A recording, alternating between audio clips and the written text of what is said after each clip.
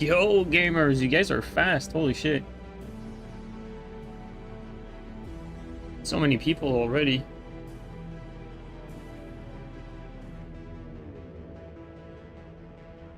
Right on time for compelling gameplay. You said it. What's up, guys? Holy shit, there's so many of you. Normally when I start, it's not like rush of people like that right away. Yo, Isham, how you doing, man? Thank you so much for the Prime for 16 months, man. Thanks a lot, Isham. Okay, well, guys, let's see here. Same dilemma as usual.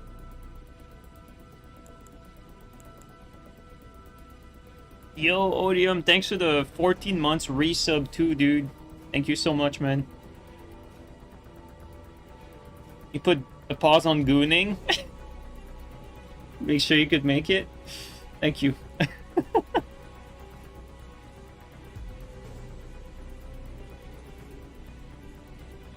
Can you try playing with KGS off axe? Oof, that's more of a dueling thing. An invasion, I'm not really sure about that.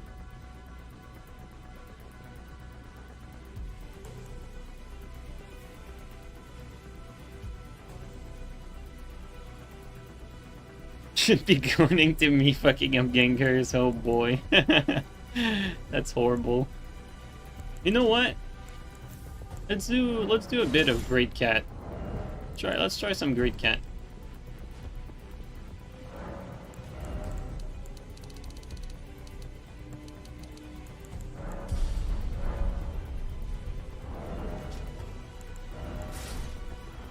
I never play with Great Cat.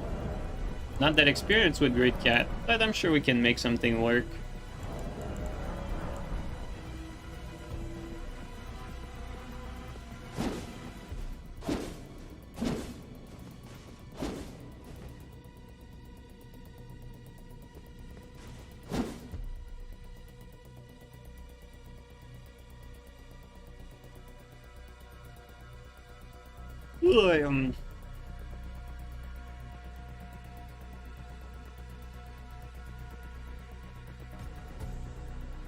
When I finally use a Pyromancer build, oh, that's gonna be great. When Tarnished Edition drops and we can switch build, I'm gonna be using a Pyro again.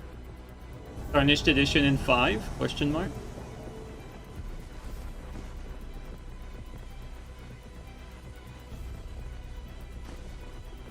The host net. What are they doing?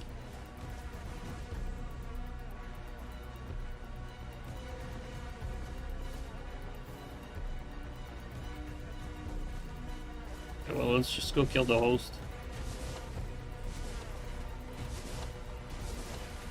I don't really think they're hosting a fight club since fight clubs wouldn't be at first step, right?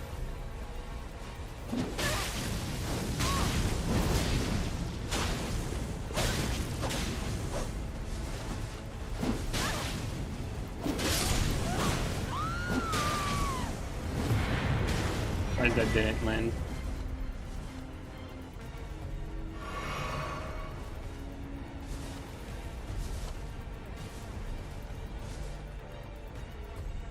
Fight Club ruined? I mean, you don't host fight clubs at first step, right? Like, that can't be a thing.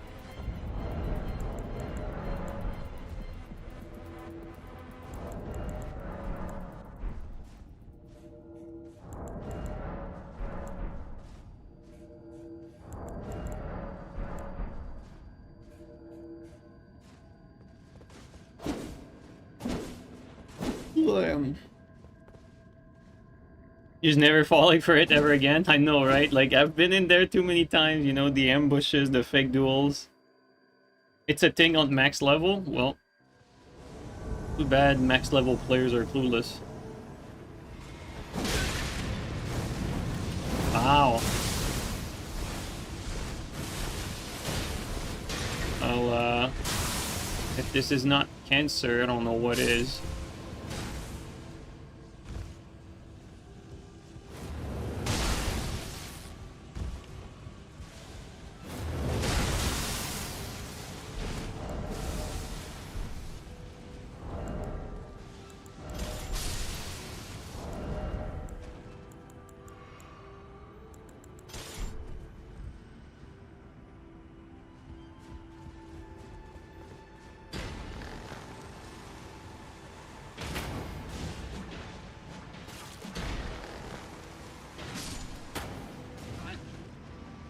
Oh my god, he's still alive.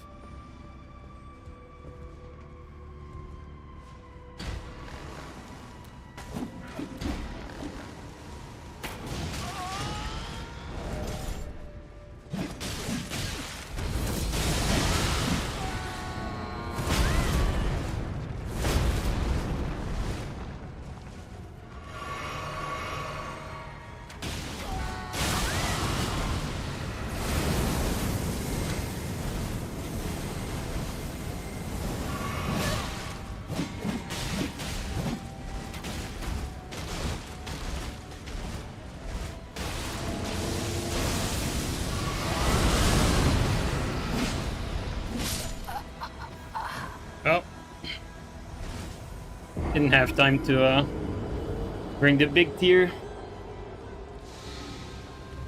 Even though they're all dog shit, can't really do much.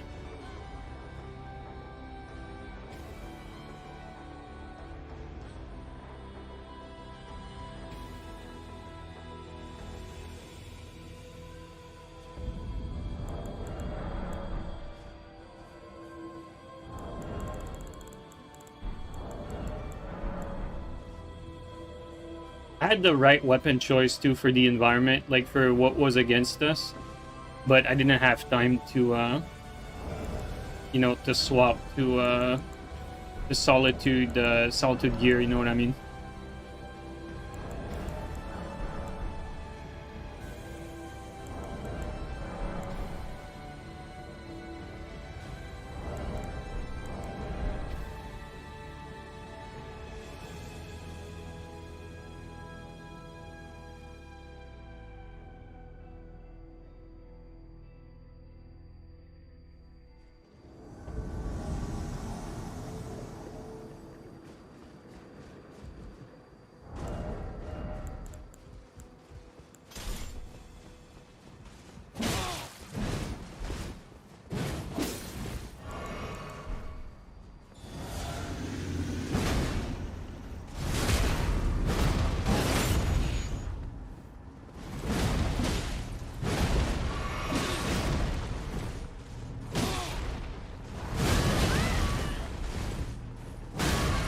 On.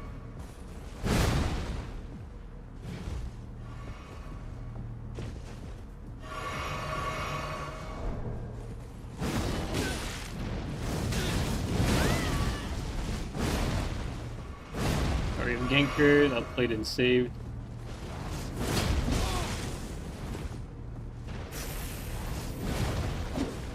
Okay, well.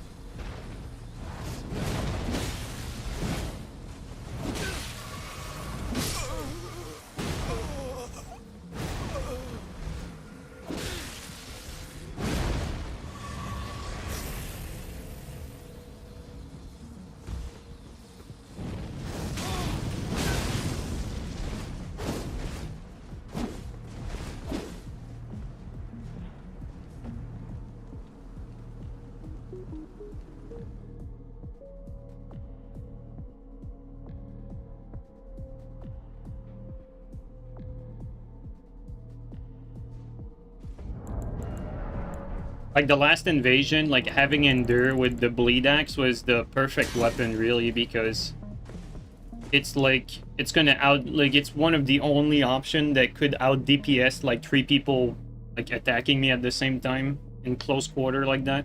So it was the right play. It's just I would have needed to swap to sleep resist prior to the engagement, but you know, like this game is this game. You can't know that they're gonna be using sleep like before they use it. It's like if they were gonna use bleed, then I had the right armor for it, but you can't know these things in advance.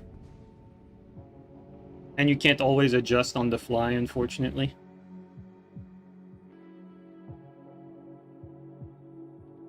Yo, FIFO, thanks for the resub for 27, man. Thank you so much, dude. And thanks for the gifted sub to Fuji as well.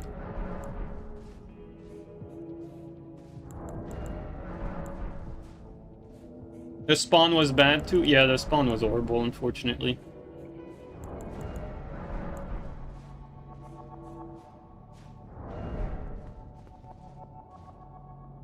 What I should have done is probably like a board and just move out, like not stay there. Like, you know, just retreat to somewhere else.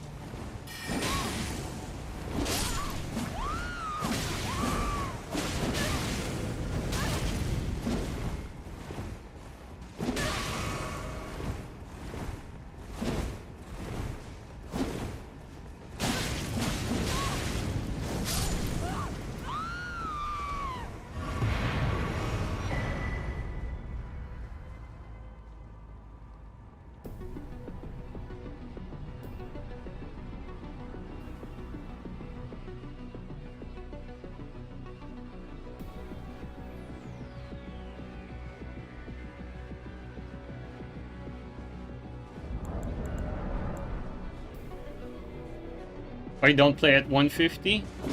Because the meta is 125, not 150. 150 is a psyops job created by Stilovsky. It's not real.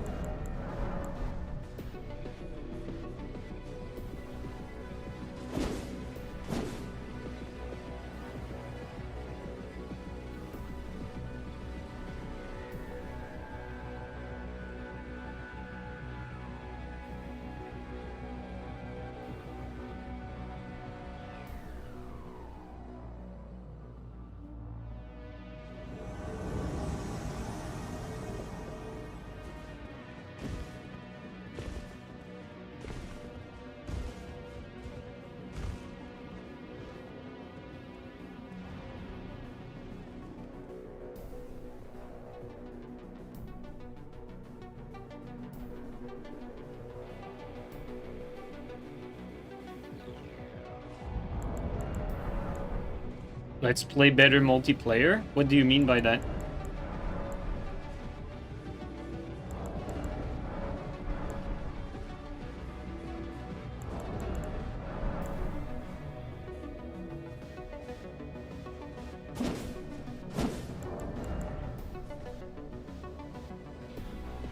You have 300k more, don't test me, bro. Haven't seen Steel's vid? Yeah, I saw it. It still asked me to play that new mod too, but I mean I don't even have the DLC for Elden Ring on PC, and I don't even have Elden Ring on my Steam account. Like, I bought it on an older account. And also, from what I understand, no one plays that new mod. Like, I told Steel that this would happen too. I mean, you could really see it coming. Just, you're not gonna have activity when everyone's on Seamless. You're not just gonna replace Seamless overnight when there's no incentive for PvEers to do so. I told Steel that that new mod would die out, or would have like the 20 ladder players like adopt it, and it would stay that way with like only 20 people playing at most, something like that. I still believe that.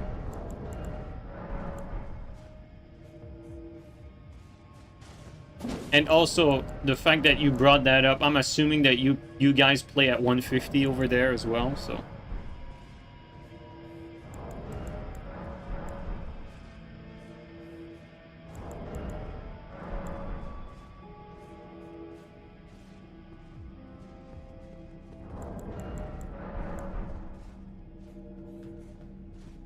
You know, I think that's another reason why you can't take these PC players seriously, right? These 150s. Bro, this is why no one like recognized the ladder community. They're all 150 players. Like, is this a joke?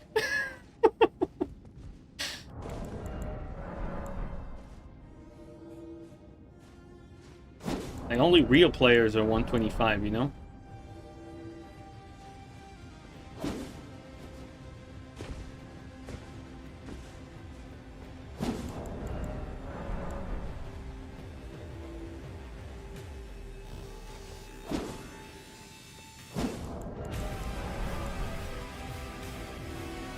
Oh, one sec, my monitor just turned off twice. To cancel this. Unplug and replug.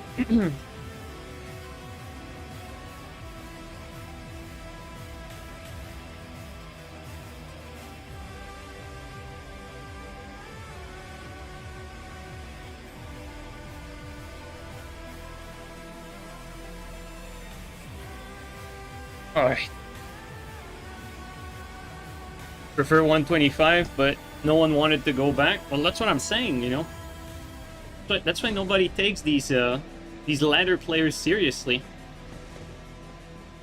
They can't even stick to 125. No wonder the tryhard community never materialized.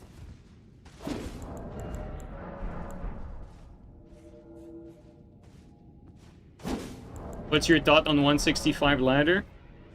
I think that's what happens when you know, when you don't have like a strong community, like you have like you know, like anyone making whatever rules that they feel like, and it's not, doesn't result in some good environment for competitive play, I'd say.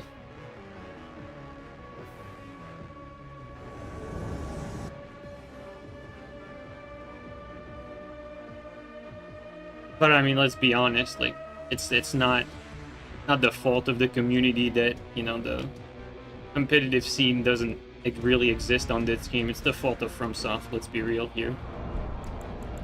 It's because FromSoft never really gave a shit.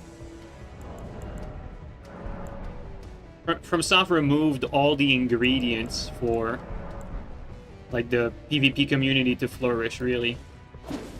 Like it took away the reasons.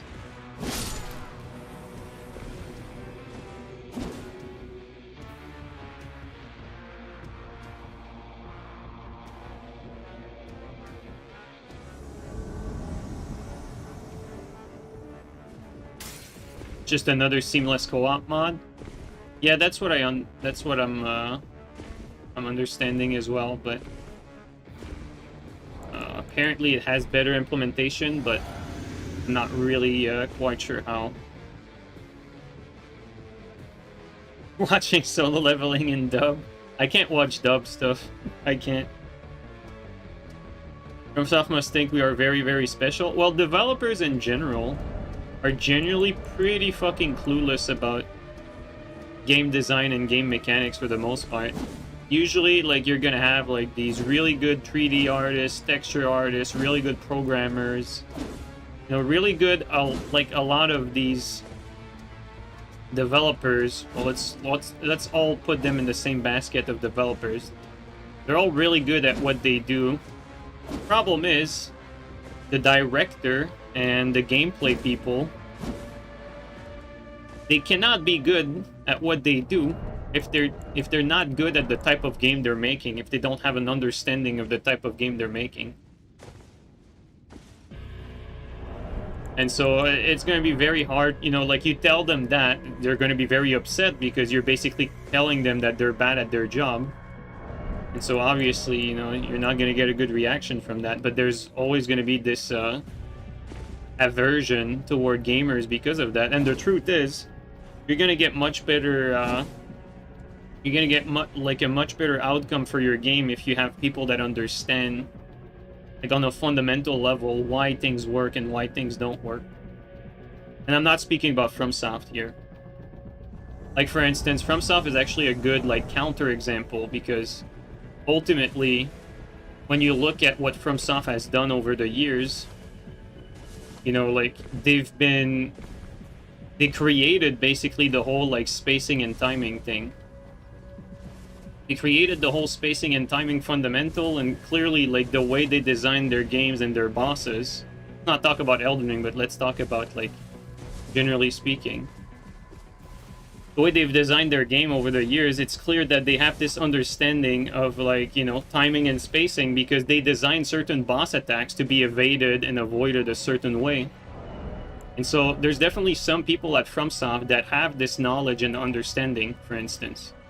Whereas you take a game like, you know, like, I don't fucking know, like, name any Ubisoft game for the past few years, and, like, you look at any, like, gameplay mechanics, and it feels like they're just, like, cookie-cutter copying what another, like their game has done in the past, really, without understanding what they're doing, for instance.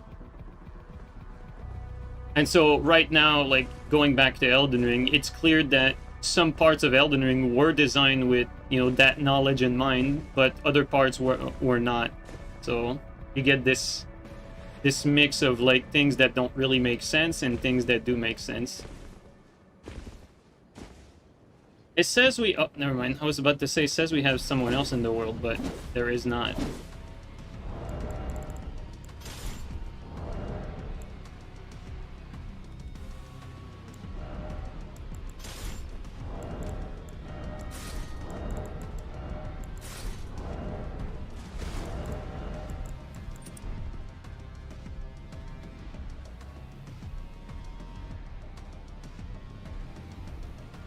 It's crazy because Ubisoft has so much experience, but they make the same game every time, never improving on anything. That's a good, yeah, that's a good point. Like, Ubisoft has existed for so long, but have to keep in mind, like, Ubisoft is massive. Like, a lot of the games that they make, none of them really come from the same studio. Like, you know, like, you have Ubisoft Montreal, Ubisoft Paris, Ubisoft this, Ubisoft that. Like, there's a Ubisoft studio. There's many Ubisoft studio, like, everywhere, and obviously they don't have the same employees. And from my understanding as well, because I've talked, like, over the years to people that worked at Ubisoft, and they have a lot of like, employee rotation, meaning that, like, people don't necessarily stay there. I'm not a believer in that guy. I think this guy is gonna die right away.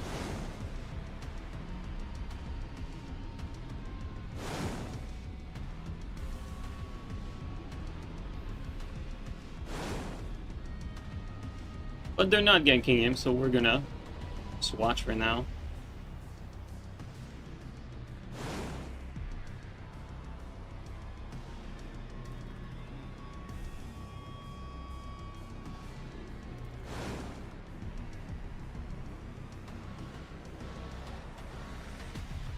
Ooh, wow, the guy has, like, about 1,100 HP, something like that.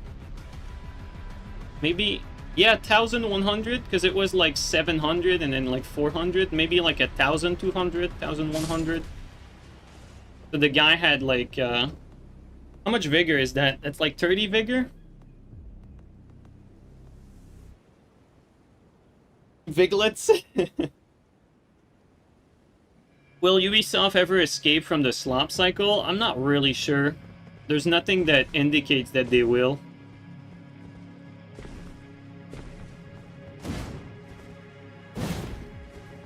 "27 vigor meta continues," yeah.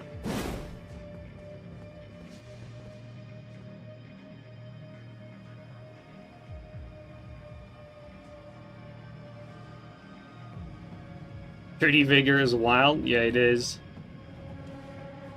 I'm not a believer in margin either, but we're gonna have to play with him.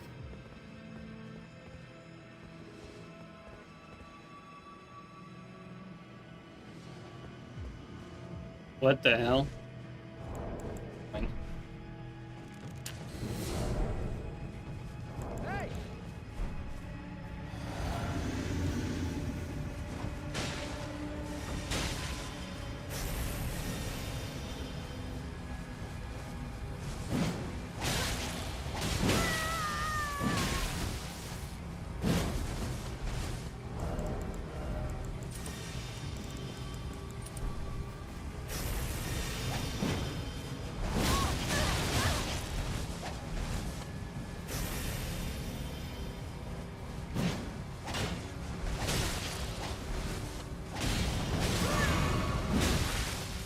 Come on, dude. That's just bad gameplay by me there.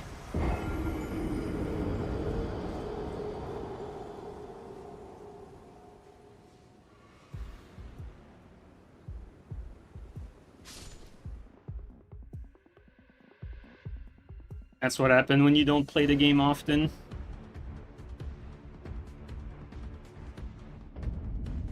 Just really, really sloppy from start to finish. I didn't really do like anything remotely decent here.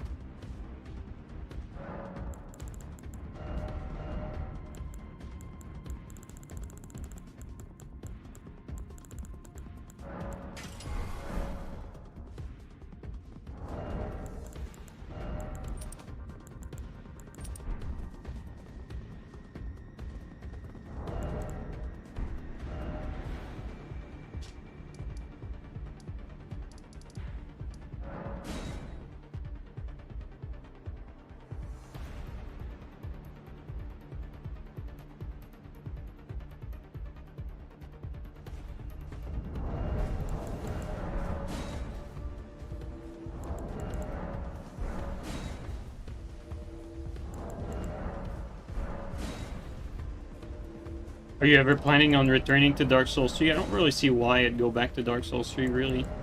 No reason to. Elden Ring so 8? Well, you can say that Elden Ring is bad and is AIDS and has like all the issues that you want, but you know, let's say the reason why I lost the last fight was not because of Elden Ring. It's just my fault for not playing like remotely as well as I can.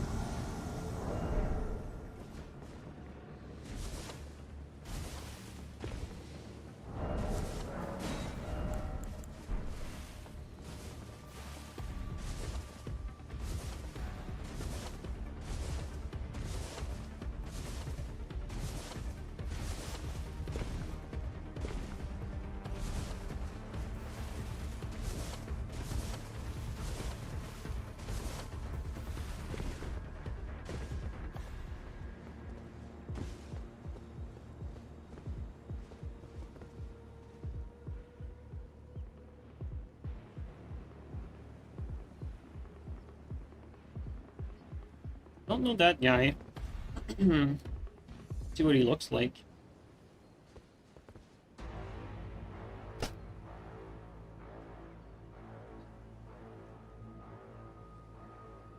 Must be boring since you have 1,000 hours of Dark Souls 3. Usually the people who like yearn Dark Souls 3 or people who don't want to move on or people who miss the boat with Dark Souls 3, like either you were not around prime time or, you know, either you're clinging to what Dark Souls 3 has, but, you know, there's nothing wrong with either of these things. It's just that you have to understand that Dark Souls 3 is like what we always say 8 years old, but is it 9-year-old now? Now that we're in 2026, is it 9-year-old? You know, like, Dark Souls 3 is old now. Let's see, does the guy look... Okay, the guy looks good enough. Alright. It would be a shame to just go in there and, you know, have the guy just wiped right away.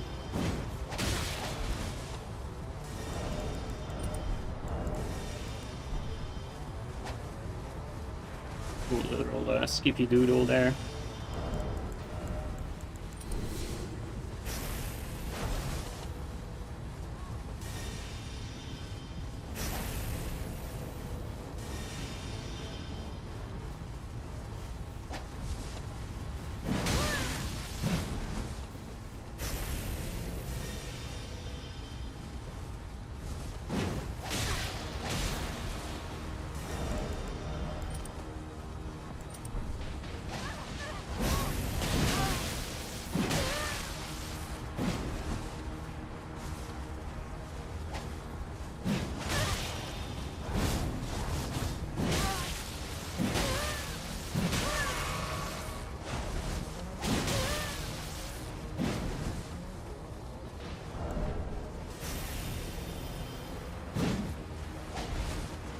We'll roll. Be further away here.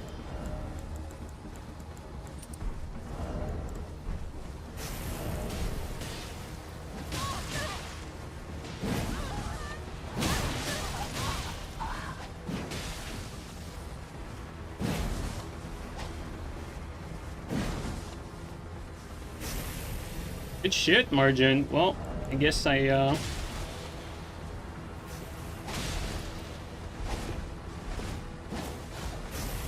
kind of let him down last one.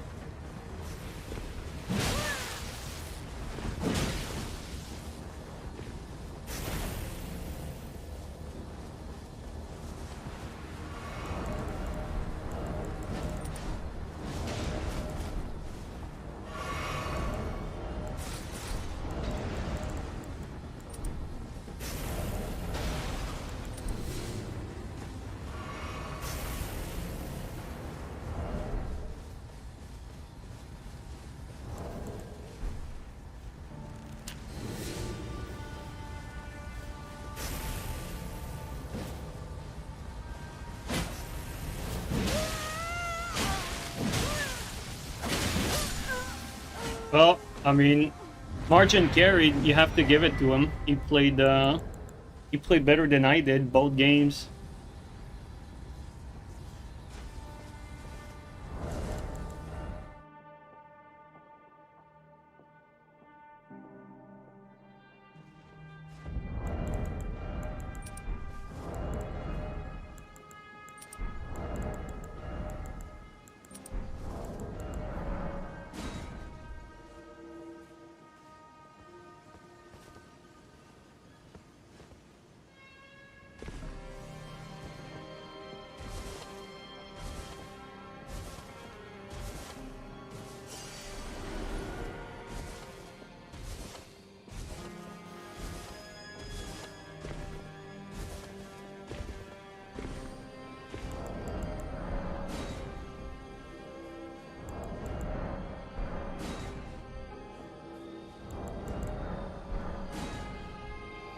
Yo, X2, thanks for the Twitch Prime resub for 22 months, man. Really appreciate that. Time to reactivate those G modes. Thanks, man.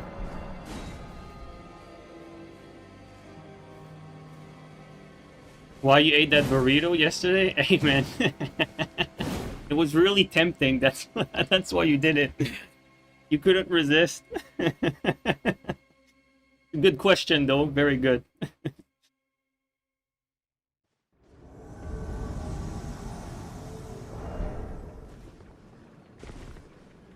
Oh. Oof. All right, let's try this. This is gonna be rough.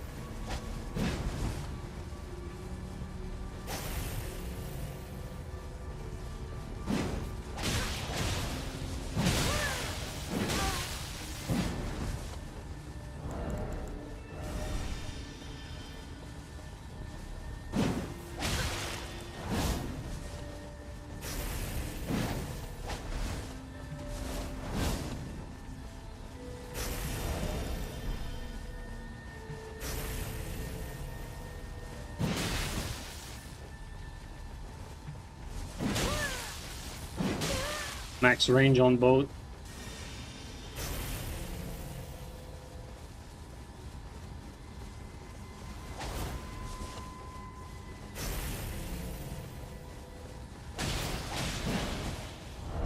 Oh, that was cute. was weird. I didn't actually like press anything. Like holding the trigger like gave 2 attacks instead of 1.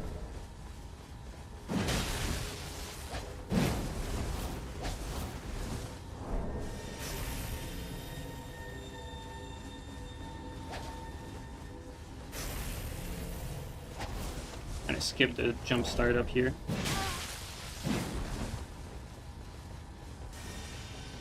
Teammate died. Be careful.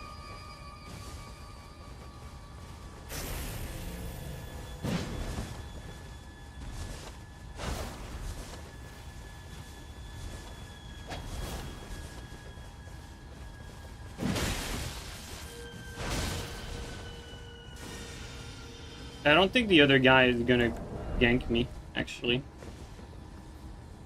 Yeah, I don't think so. So I don't need to back up like I'm doing right now.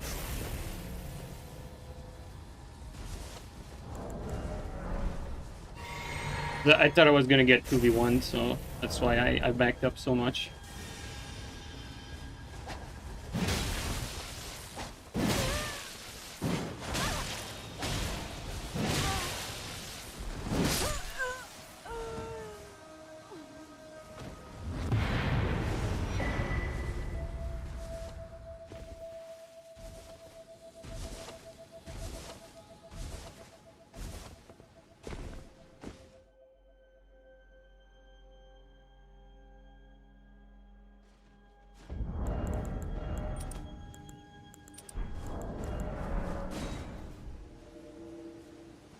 Is Flaming Strike bad against Sham? No, it's not. It's just that against these fast weapons, I actually prefer BHS. BHS was a good choice. See, Fuji understands. Like, actually, I noticed that Fuji was using that a few times. Like, he was using, like, BHS Lance and BHS, what's it called? Sword Lance. BHS Lance and BHS Sword Lance. And obviously, it doesn't feel like it necessarily has, like, the best synergy with those, but the idea is really... It's purely defensive. It's to be able to get out of the fast weapon pressure, whether it's the TS or the Shamshir, like some of these fast weapons, like you think you can attack out of its stun with your hyper armor, but if you're against someone who knows, like they're just gonna punish you every time you attack out of its stun. So you're better off just defensively BHSing away and nullifying some of their pressure instead. That's something I've noticed recently.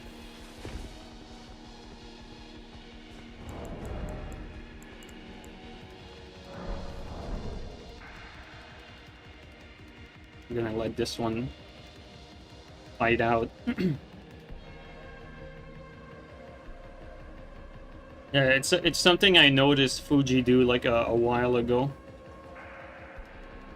I need to permanently add like BHS to the inventory though. Like I did just earlier, but you know I need to like upload the save with the BHS basically. Okay, so the red has 660. 660. Let's see like what's his total HP. So we have 660 for now, which is about 1/3 of his health just looking at it.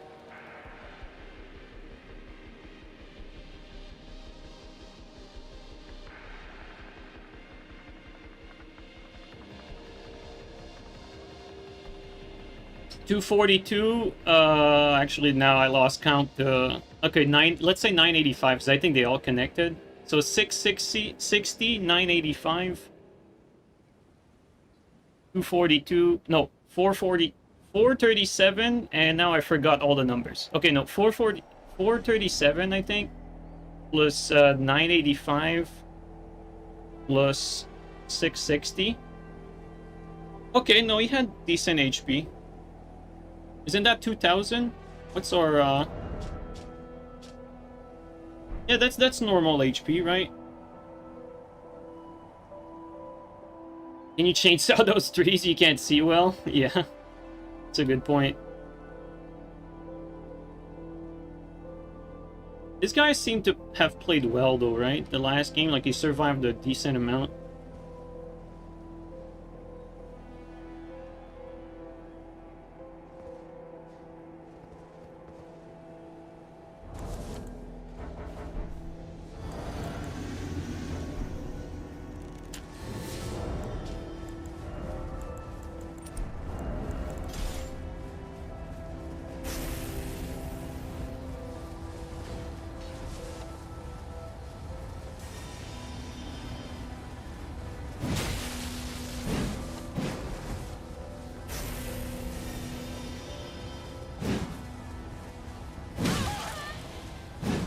Kind of had like a good bait that I just did not like play well.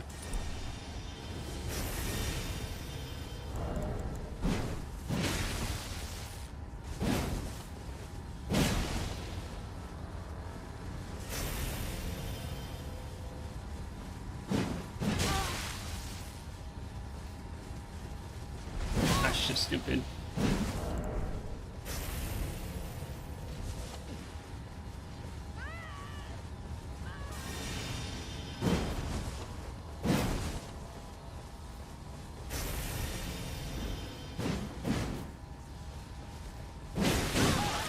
Trade. This is a bad spot for me. Yo, the lag! Holy shit, that's scary. It's the no animation moment.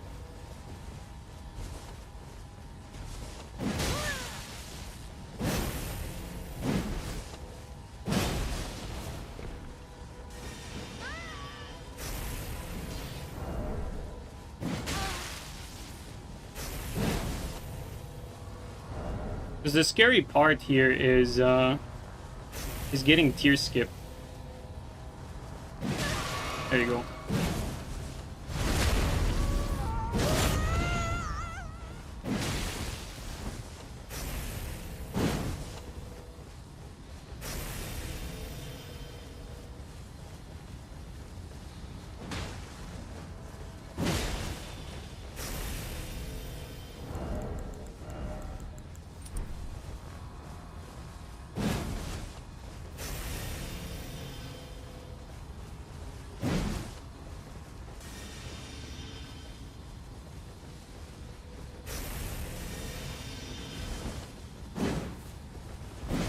Wow, no hit there.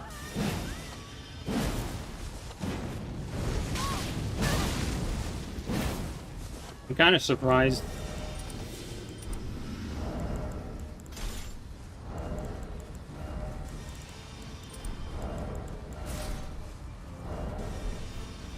I'm not in a bad spot though right now, all things considered.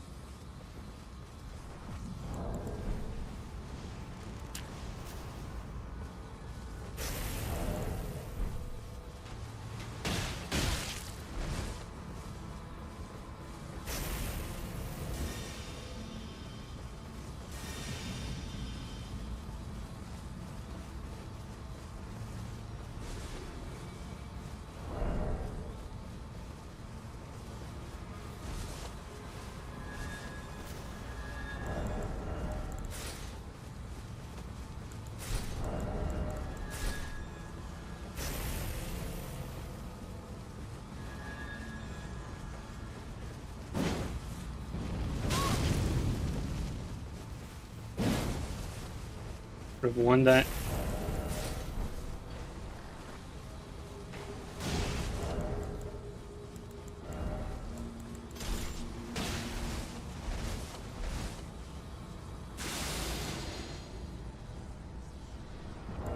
Playing the long range stuff to survive the volley.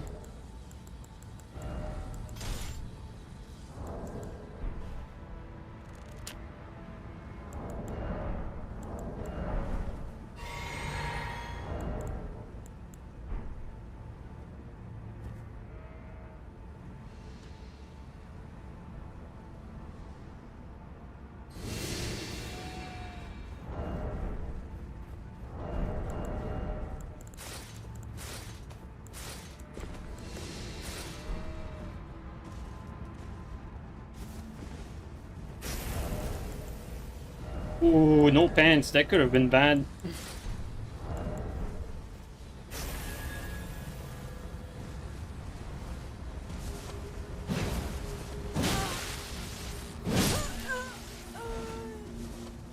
I wonder if I had no pants when I didn't manage to trade the flame strike earlier. Maybe that's why.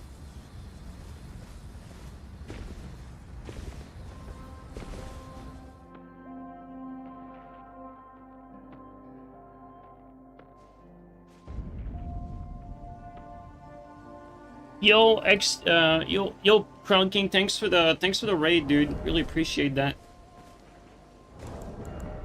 I regularly play without pants, yeah, exactly. One of the duel ever. I mean, they picked that spot. Don't blame me. Like, you know, first step gaming with the, you know, the Pada, the bone bow, and everything. Like, you're kind of inviting the running away like that, really.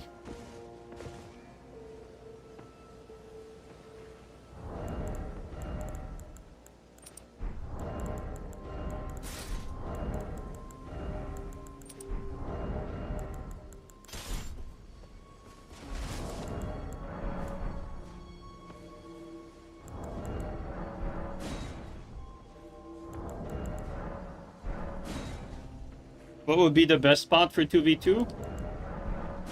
I mean, I don't know. There's plenty of good spots.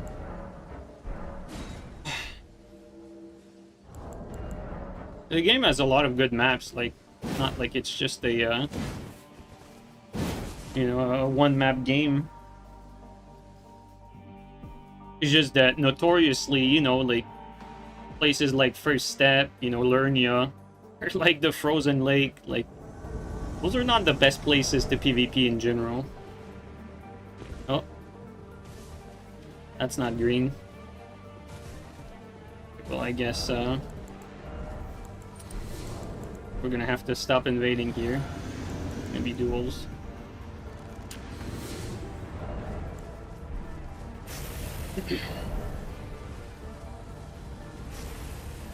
I'll take the matchup disadvantage. VHS, though, might be a problem for him. Like, it's a,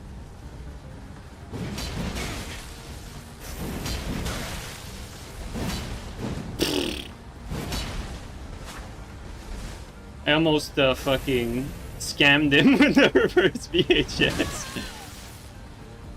Yeah, you should use Storm Stomp. It's no shame in doing that. Just stupid.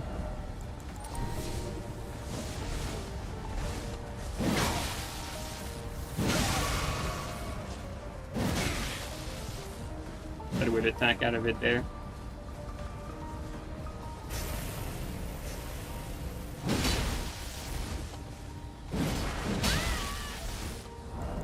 I'm playing very sloppy. Like, it should be a lot closer with how sloppy I'm playing.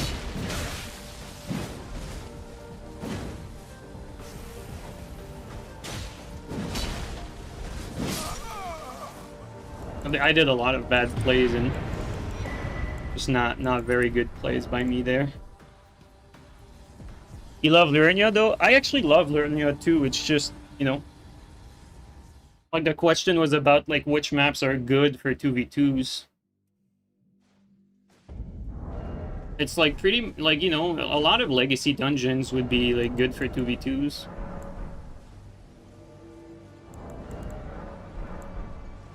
Why do you use Lance more than Clean Rot now?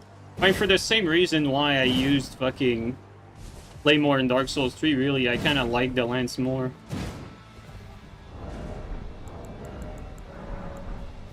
And also,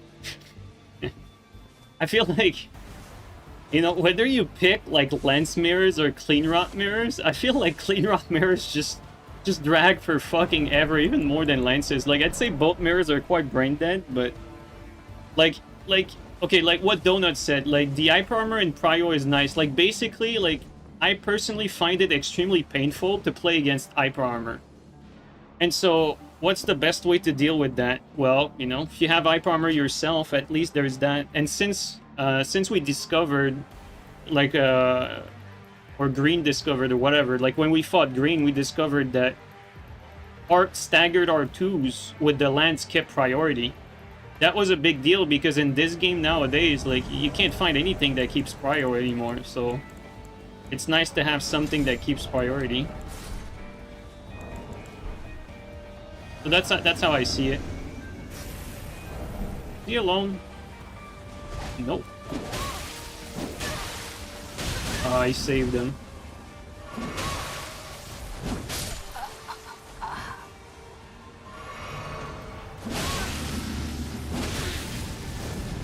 Oh, I thought we hit him.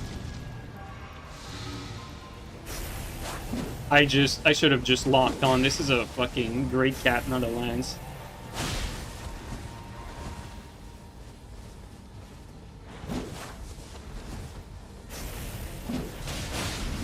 That's a lot of bleed buildup. Be careful about that. Alright, let's end this. Oh, wow. Okay, I don't have really anti-air at all. Alright. Guys, by the way, I'm not very good with Great Cat. Like, I don't know, like, how to play with that weapon properly, so excuse my poor gameplay.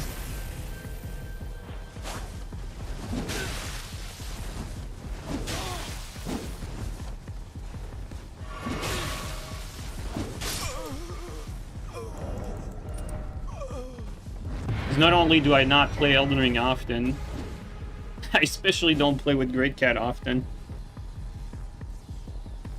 This guy might be the next PSN tourney winner.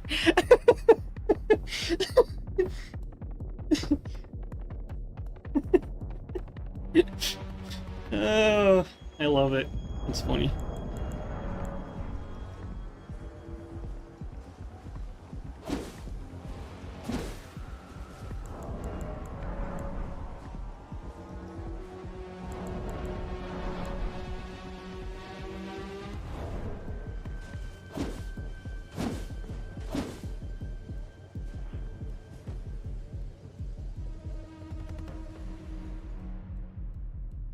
Like Great Cat, like standing R1 chain, most people will walk into that and try to mash.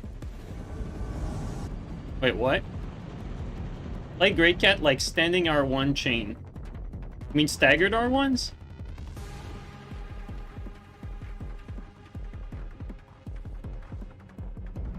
Like that?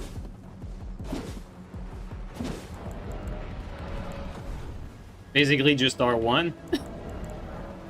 Since it keeps prio. Oh, so staggered R1s keep prio like sight. Oops. You mean staggered, right? Not like R1 R1.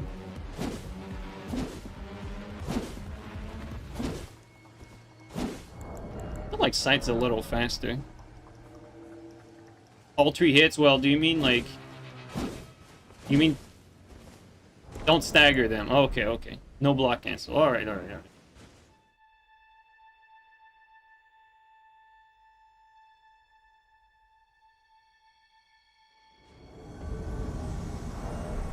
See, like, this map here is a good map for 2s. This place here is pretty good.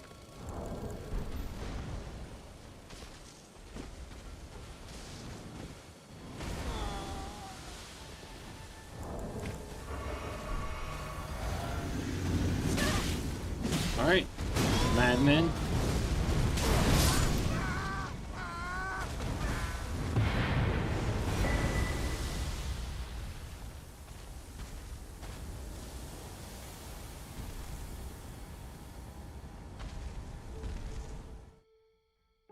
What happened to using the Great Cat Ash of War? I don't know, actually. I never use it. What happened to it? I don't see people using it either. Maybe you guys can tell me. Like I said, I don't play with Great Cat, so you guys should know better than I do. Why aren't people using the Great Cat base Ash, you know, the one with the overhead? It's it's meh. It's and it's meh.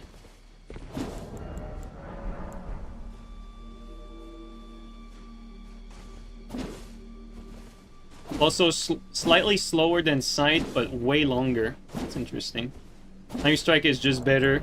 Cover for a roll in, I imagine. The jumps are the main weakness of Great Cat. Alright. Time Strike is best for Great Cat. I mean, I know, like, you know, obviously I know that Flame Strike is good for Great Cat. Like, the reason why I'm using Flame Strike is that, you know, as soon as you get a hit, like, you just do Flame Strike right away, and if they panic roll, obviously they get caught, so... I mean, you guys all know that. But just to make sure, for those of you who are new here or whatever, this is why, you know, use Flame Strike. The timing for the Flame Strike just matches the stun for whatever attack you're doing.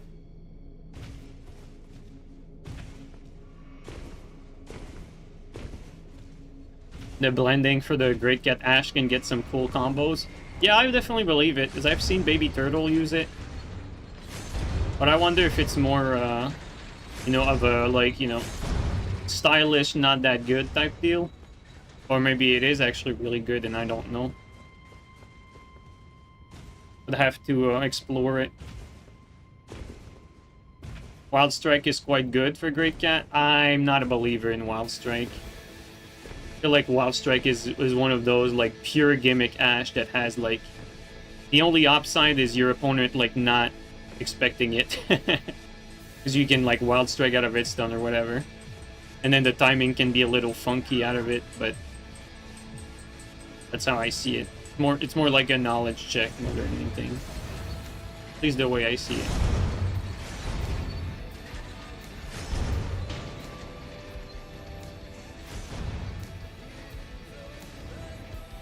Which Armored Core have you played?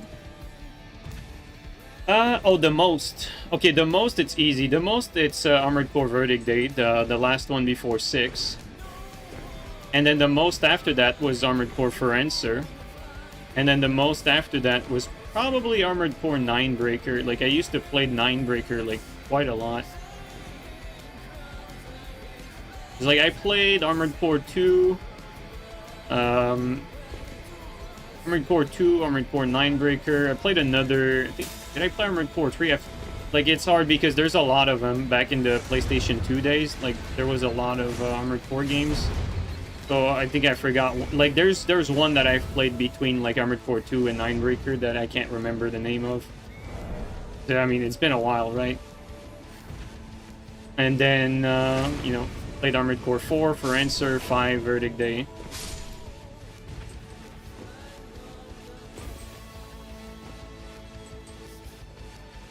Am I going in circles? I feel like I'm just going in circles, not getting anywhere. I can hear them. Oops, camera. Okay, maybe here. I mean, they could be below, but...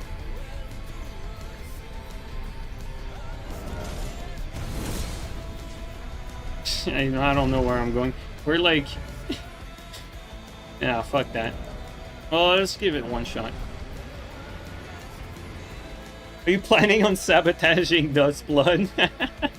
Sabotaging Duskblood. That's a funny way to put it. No, I'm not planning on wasting money on a Switch 2, man. Like, I don't like Nintendo. I think Switch 2 is quite clearly a pretty horrible console, especially in this modern age. And so I'm not really planning on playing Duskblood, unless, of course, you know, it's a time exclusive and it comes to other platforms afterward.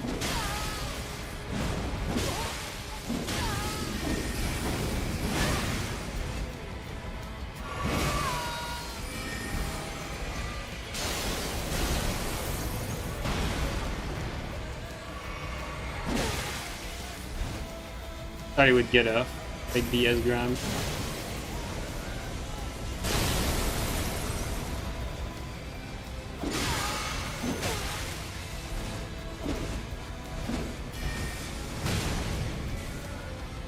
That's not a stupid move by this guy. That's pretty smart to go for that.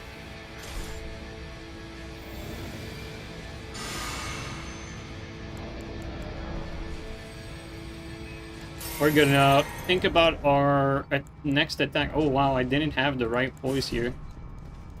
We're gonna think about our next move. I'm thinking we sleep bot, or actually let's start, we frostbot them. And then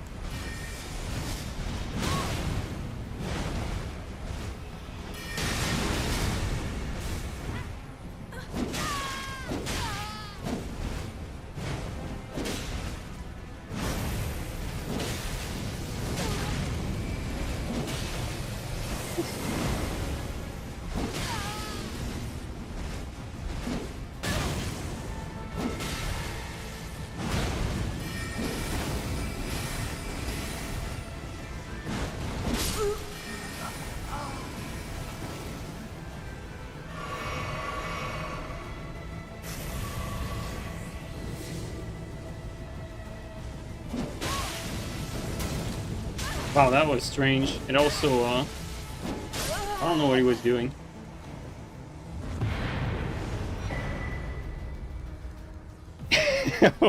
wait. We make a sabotaging event for Duskblood, you organize everything? Oh man, Ungun, you're on fucking fire recently. I thought you were playing on Elden Ring on Switch the whole time? Yeah. From what you gather, veterans of the series seem to like Tree, For Answer, Silent Line, Last Weapon the most. I think the 5th gen of Armored Core was very divisive, and I have to admit, like, I always thought that, like, the Armored Core series, like, improve upon the next one. You know, like, typical From Software stuff, right?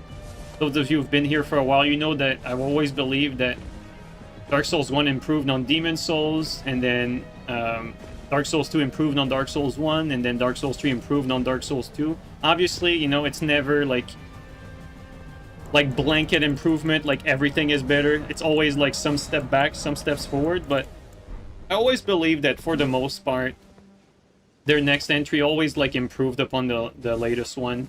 And I think Elden Ring would also be the case if it was not for the fucking player limit that just completely destroyed like player dynamic in general and the PvP scene altogether. Like if it wasn't for that, I think you could have an argument for Elden Ring doing that, despite all its flaws and the input eating and the RNG and, you know, yada yada. But I always saw it like the same way with Armored Core. Like clearly the 2nd gen of Armored Core, like clear improvement over the 1st gen, like PS1 games.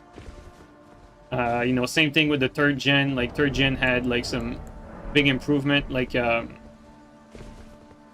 then 4th gen went in a different direction, but for the most part, like from what I've seen, I think most people were really happy with Armored Core 4 and For Answer and the change that it had, like compared to the 3rd gen. Like it really did feel like modernized Armored Core, and it was very popular, and I loved it. I loved Armored Core For Answer.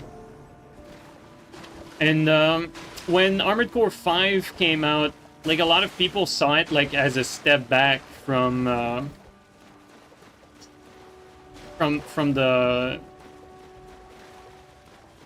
What is going on here? Okay, there you go. Like a lot of people saw it as a step back from the 4th gen.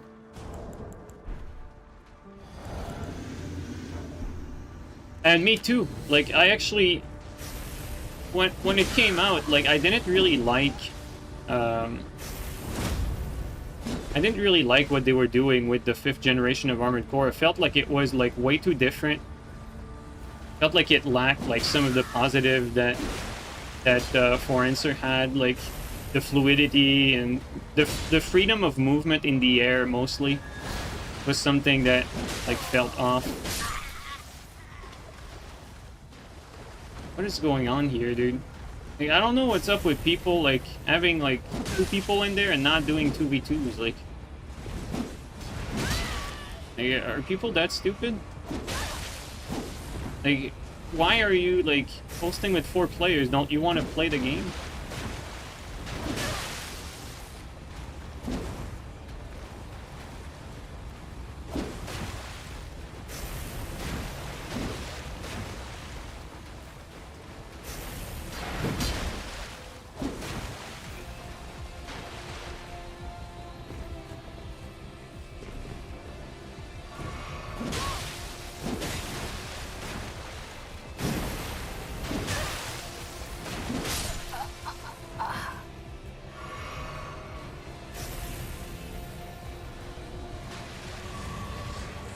That TS?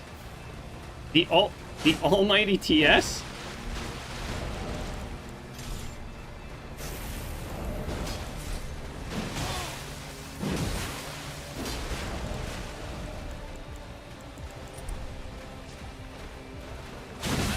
Okay, he doesn't know how to use it.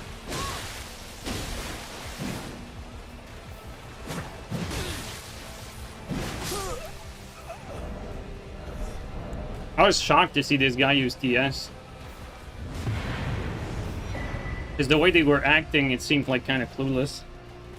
And so, sorry, to go back to our initial story, like, I felt like the 5th generation of Armored Core was a big, like, letdown compared to the 4th gen. But, you know, because I loved Armored Core so much, I kept with it. You know, I still played, even though I didn't particularly enjoy the mechanics and everything. I still played it. You know, I gave the game a chance, basically, right? And eventually, like, I think 2 weeks into the game, it clicked. I, like, started discovering, like, what was skillful gameplay when playing this game. And, like, it just opened up, like, a whole fucking... It just opened up, like, so many possibilities and so many outplays and so much stuff. And quite frankly, like, after that, it was clear from that point on that the 5th gen was the best generation from Armored Core, and by far, not even close, the most skillful one, too. Like, the skill gap between players that knew how to play the game right and played well was so huge. Like, it's one of those games where the better player always wins. Like, in a 1v1, at least, I mean, right? Like, the better player pretty much always wins. And so that was really nice, especially at the time, you know, I was coming from a competitive background from, you know, like playing Major League Gaming tournaments with Rainbow Six. And, like a game that had a clear, like, competitive edge like that. I've always felt that Verdict Day, which improved upon Armored Core 5, was a game that had everything in place to be an esports title. Because as much as the 1v1 was amazing, the team fights were even better. Team fights in Armored Core 5th generation, and especially Verdict Day, were insanely good. That was, like, super, super cool. Very, very skillful, lots of team play, like everything you'd want in a competitive esports title. Oh, I got a black screen again. And so, with all that being said, when Armored Core 6 came out and we saw the trailers and everything, like the announcement, the teasers, we were so excited for Armored Core 6 because the one that came prior, the 5th generation, basically showed us that From Software knew how to make good Armored Core PvP and skillful Armored Core PvP, and they had done it successfully in the 5th generation. And so I was very excited for the 6th gen, and I mean, those of you who followed how the event unfolded, you know that, like, you know, had I made, like, vids, like, I was, like, one of the first content creators to hype up Armored Core 6, and then as soon as we saw, like, gameplay, I started getting very skeptical because I saw, like, the flaws in the gameplay and the hard log that could not be broken, and, like, basically, like, breaking fundamental principles of all the Armored Core games that had come prior. And so I was very worried about Armored Core 6. And, I mean, you know the rest of the story. Armored Core 6 ultimately was probably the best PvE Armored Core game. Clearly, they had put, like, all the effort there, and it paid off. I think like a lot of players who played Armored Core all loved the PvE, and it was great. That it was a great PvE experience. But unfortunately for PvP heads like us, the PvP as we expected, unfortunately, like was not up to standard with any of the other Armored Core games that came prior, and you could see it from the gameplay. And you know, as usual, even though I didn't enjoy, or I saw the issues with the PvP in 6, you know, I gave the game a shot too. Like, we played Armored Core 6 for months, and it, you know, it didn't really matter how long you played it. Like, everyone that played the PvP was forced to come to the realization that what mattered in a PvP fight was not so much your skill, but the build you pick and the build that your opponent picked. And so most of the fight was really decided prior to entering, you know, the battlefield. It's like, oh, well, your opponent has something that counters you. Well, just too bad you lost the rock, paper, scissor match, which is very unfortunate. And it was not just about that, because from what I understand and what I've seen, like, over time, it seems like FromSoft has balanced out, you know, like, the fact that some heavier builds were way too dominant compared to some of the lighter ones. You know, they tweak things up over time, but unfortunately, like, the ultimate issue still remains. It's that there's not much skill expression compared to the other Armored Core games. Like, you know, there's always still a little bit of skill expression, like managing the distance for the weaponry you're carrying, but it's very, very minimal when you don't have to aim anything. And they really went a different route, because at the end of the day, all the Armored Core games prior to that, you sort of had to aim. You know, you sort of had to aim a reticle, a large reticle, because it was very fast-paced, and people that played Armored Core Forencer would tell you that there was no aiming, but that's not true, because the reticle was the entire screen in Armored Core Forencer. And so you still had to aim the screen. And the reason why the reticle was the entire screen is that the speed for the 4th generation of Armored Core was just way beyond any of their other Armored Core games. So it was a logical compensation. So, like, basically, you know, you're playing a shooting game, right? You're playing Call of Duty. Like, they give you, you know, they give you this small reticle because your weapon is very precise, and the target that you're fighting are only moving, like, on the ground for the most part and fairly slowly. But when you're playing an Armored Core game, you have these super fast robots that move in a three-dimensional way. You know, they move up, down, left, right, backward, forward. It's like there's a whole other dimension to the way the stuff move in Armored Core. And so the reticle has to account for that, and it has to be bigger. It cannot be as small as a normal shooting game, but the idea is still the same. It is a shooting game at the core, with some, you know, melee element and outplaying element. But what was especially unique, though, about Armored Core compared to, you know, the typical shooting game is it was the positioning. Cutting the angles, getting behind your opponent, the maneuverability was really everything. And so, like, the goal was to get behind your opponent, skillfully speaking, or flanking your opponent. It was all about the way you cut angles, the way you maneuver your AC, and the way you deal with, you know, the limitations of your AC as well, because not all robots could move in the same way, turn at the same speed, and utilize weapons the same way either. And so they removed most of that in Armored Core 6, most likely for the sake of casualizing and making it easier for people who came from Elden Ring and, you know, were expecting a From Software game similar to somewhat Elden Ring. And so they casualized the Armored Core 6 experience quite a lot. They compensated for that casualization by making the bosses for Armored Core 6 way better and more intricate and more dynamic than any other bosses that they had made in any of the other Armored Core games prior to that. So ultimately, the PvE experience still felt good because FromSoft, like, clearly put a lot of efforts in the enemies when you're playing the PvE. So it compensated for the shortcomings of the base gameplay. But ultimately speaking, that's why, like, AC6 didn't deliver. One sec, guys, I have to unplug and replug my cables again. Keep getting these black screens. That's why I'm not invading. I wanted to finish speaking first, though.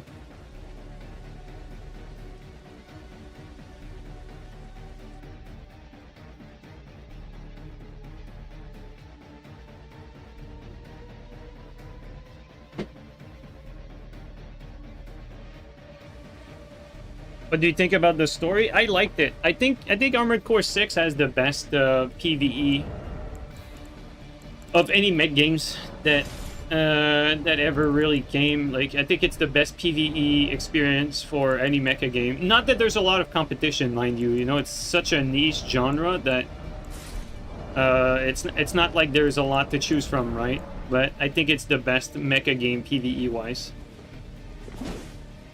I mean, you should try it for the PvE. I think if anything, From Software probably successfully did what they wanted by making Armored Core 6 the perfect entry point for people who had never played one of their Armored Core games before, because it is by far the easiest one and the less complicated one as well. Like, they simplified a lot of things, and simplifying is not necessarily a bad thing.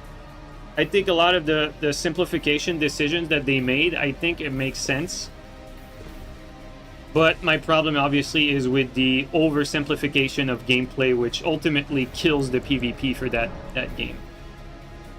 But if you've never touched an Armored Core game, I think Armored Core 6 is actually the perfect trampoline to jump into it and actually appreciate what Armored Core is all about. Because the focus on customization is still there, you know. You're still gonna have a blast with the PvE.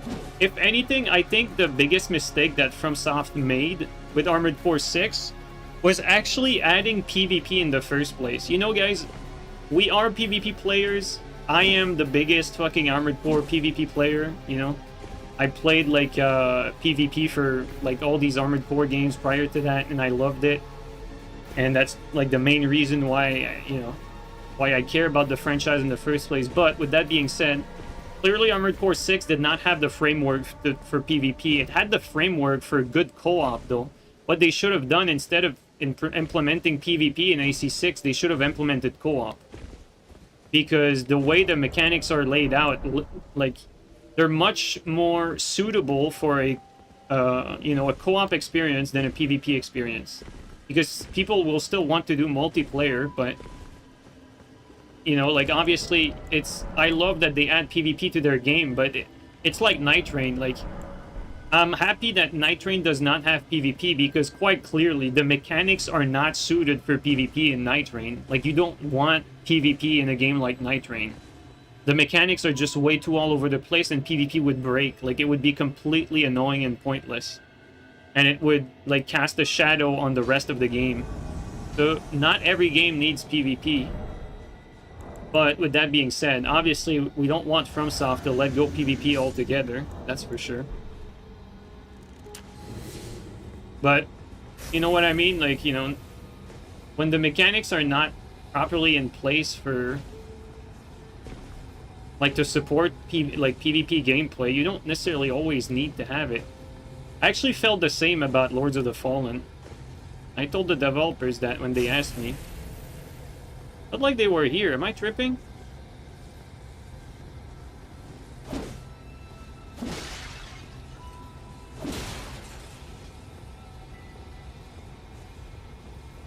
Bro. Where are they? I feel like I'm tripping. Yo, what the hell? They're, like, hiding here. What the fuck? Oh, what?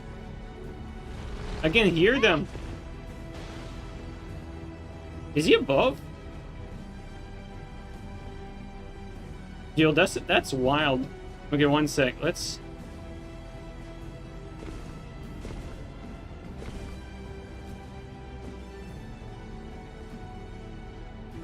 What the hell?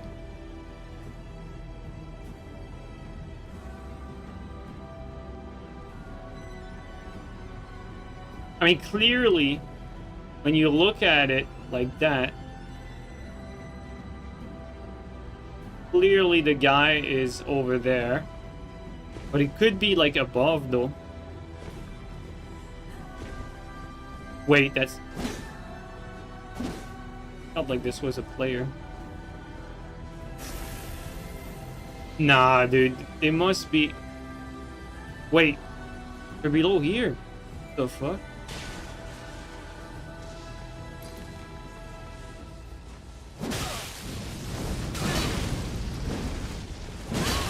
I win that by a lot too.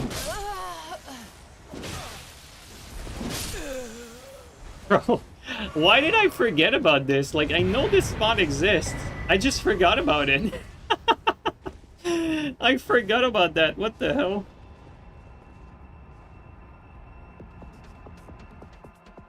Yo, Sebo, I haven't seen you in forever. How you doing, man? Thanks for the raid. What were they doing down there? Probably waiting for me.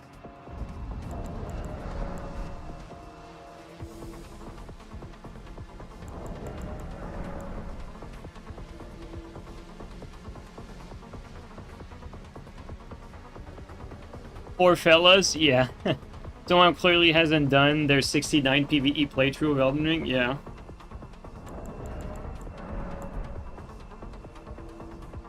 Gee, did you play Cyberpunk? Yes, I did, actually. I actually really liked Cyberpunk. When I first started playing it, I thought it was very boring.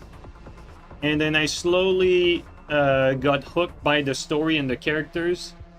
And then I couldn't stop playing, not because the gameplay was good, but because the character, like, I wanted to know what would happen to the characters.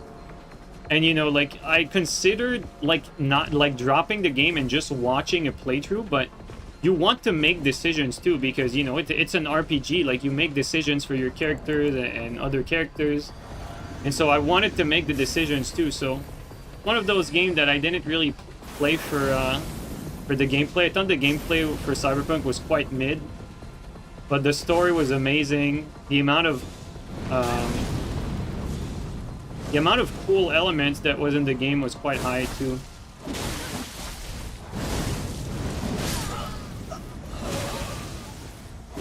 Wow, that is R1 spam right there, or L2 spam, I should say. Yo, what's up, Sebo? Hope you're doing well too, dude. I'm, you know, keeping up with the, upload schedule, let's just say. Nothing, special to say about Elden Ring. Just, staying on the ride until the next rain, really. AC6 has really good OST, too. Yeah, the AC6 OST is playing right now. I really like the soundtrack for AC6, actually. I agree.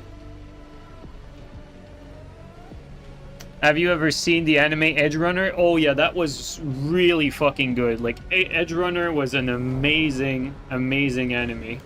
That's like a gold standard anime. So good. Very, very hard to miss.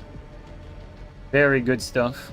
You know, I majored in 2D animation. Like, to me, like, Edge Runner is just a, you know, like one of these anime that just... The sort of stuff that makes you want to be an animator, you know what I mean? And make anime like that. Very, very, very well executed from all fronts.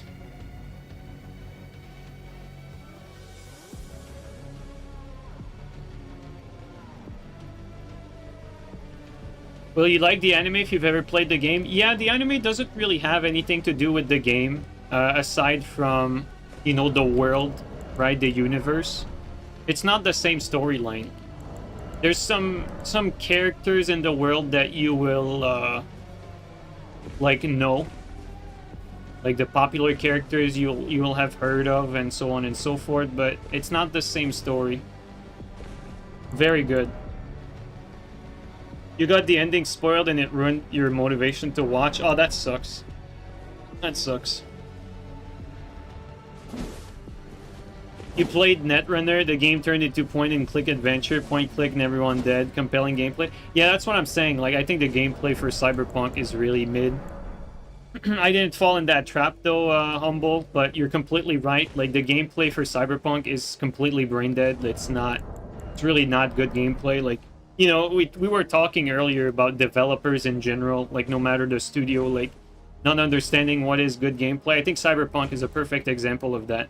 You know, you had like a great studio full of talent, developers, programmers, artists, you name it, and you know, the weakest point for the entire game is basically the gameplay. And the gameplay is quite clueless for that matter.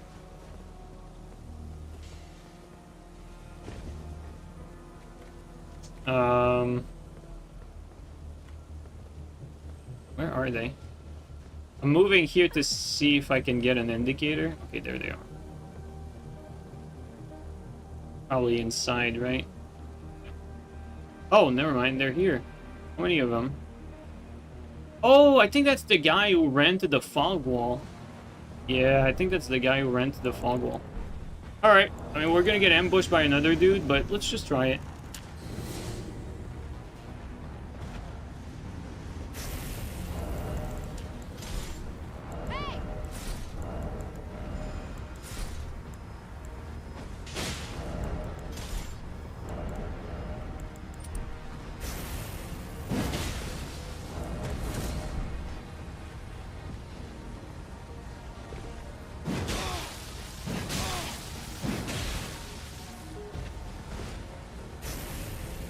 We're gonna get the fake duel treatment.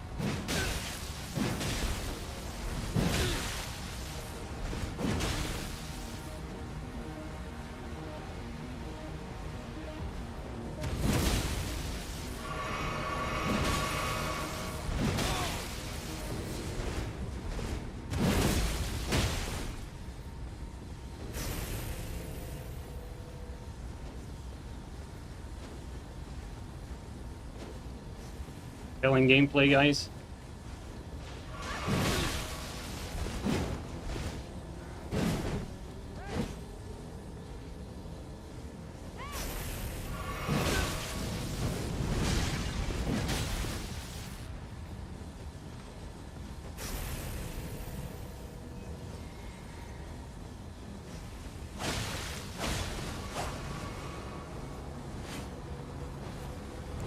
This guy was chill though.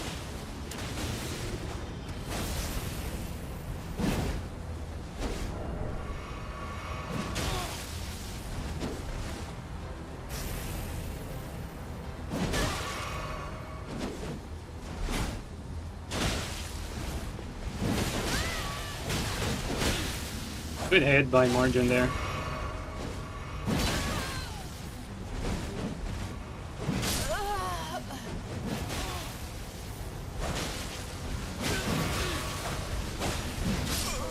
Dude, Margin and I are fucking blendering people today. Holy shit. Like earlier too, like when we played with him, like Margin just fucking blendered people. Usually, like, the issue with Margin's gameplay, like, from what I've seen over time, is that he's too passive. Clearly not the case today.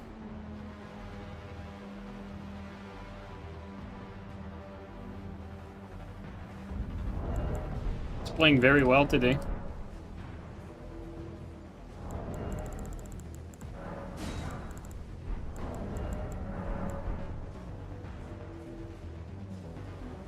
This guy is a master of running to the fog wall. We'll have practiced it endlessly. Yeah, that guy, when we fought him the last stream, was running to the fog wall. I think he did it like 2 or 3 times, and he tried. I think he did it 2 times, and then the second time, like, he got killed, and then, you know, first time he managed the fog wall, second time he got killed, and then he managed the fog wall again, something like that. Just fog wall warriors.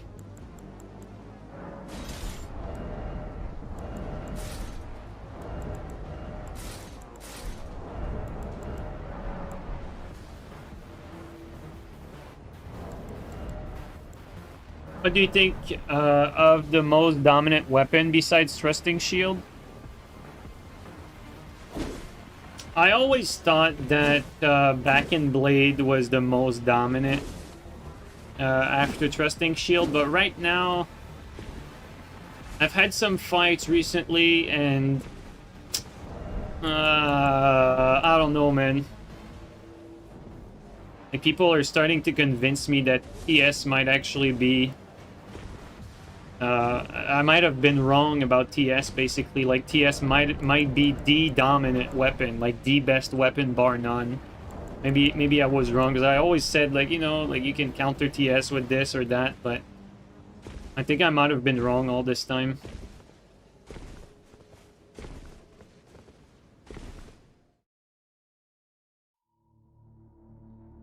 You like Trigger, the animation studio? Usually not. I mean, they have good art, but usually the anime that they make don't really interest me for the most part, is what I mean.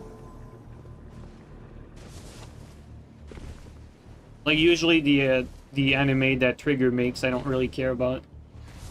But obviously, you know, Edge Runner, very, very good stuff.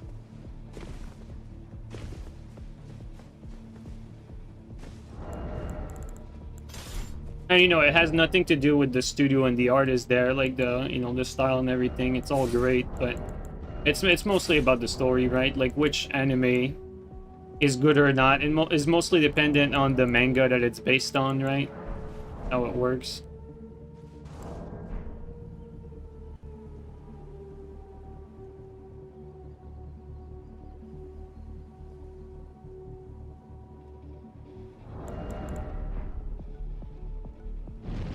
Oops. Didn't mean to do that.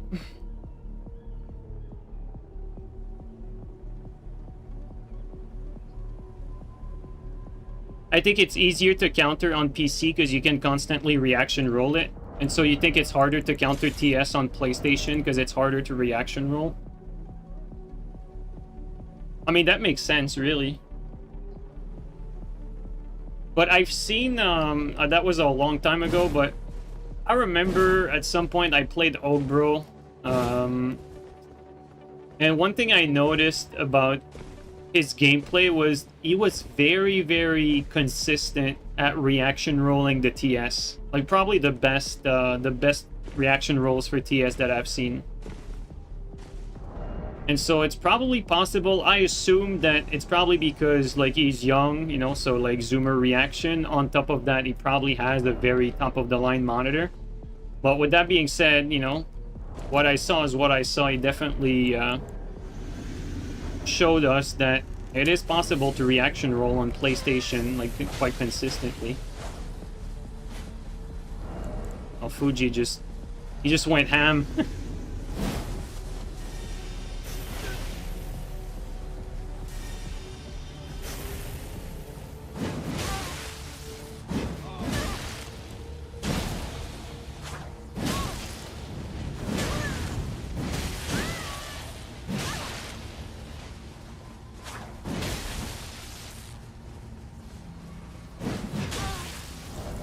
I just like that feint. I'm actually surprised that worked. Am I using the right stuff? I'm not even sure.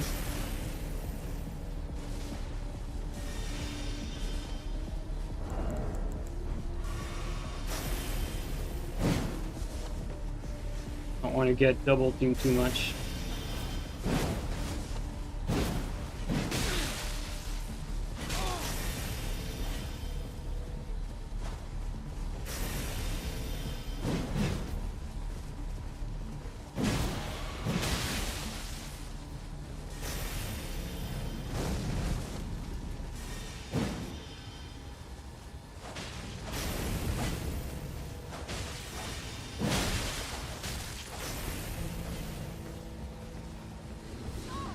That's bad for me. Still have my tier, but you have to be careful. Oh. Well.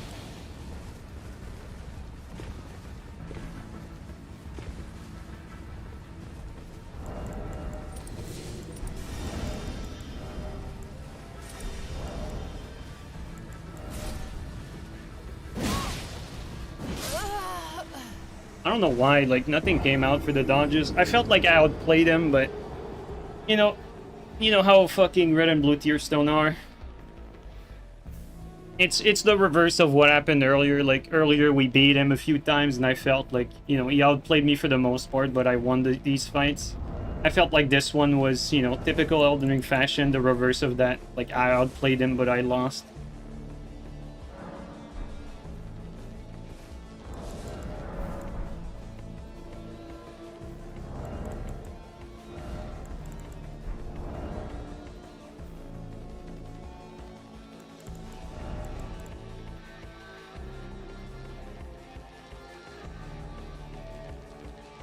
At the end, though, I got hit by the jump attack and the crouch, and I really felt like I dodged that, so...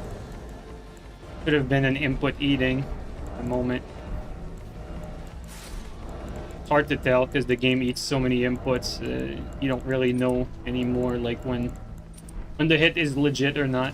Like, did you dodge or not, or was it the game just fucking you? Hard to tell nowadays. Wait, what's going on here? Is that a teammate? It is a teammate. Well, it was a teammate.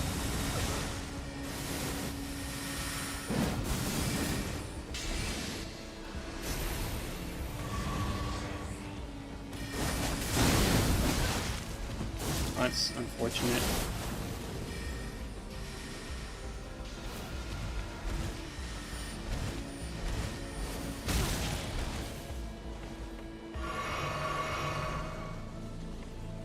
Alright, let's play around this pillar here. I'm gonna do that.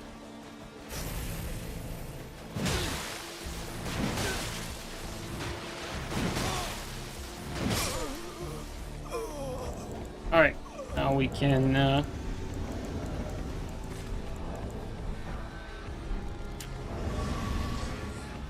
do this.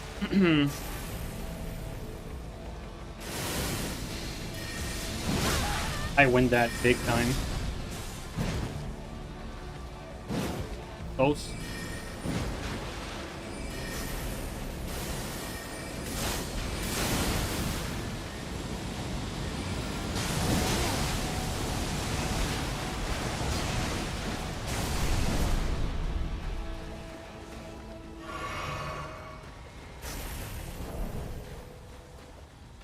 This blue is actually trying to attack the host. It is fucking hilarious.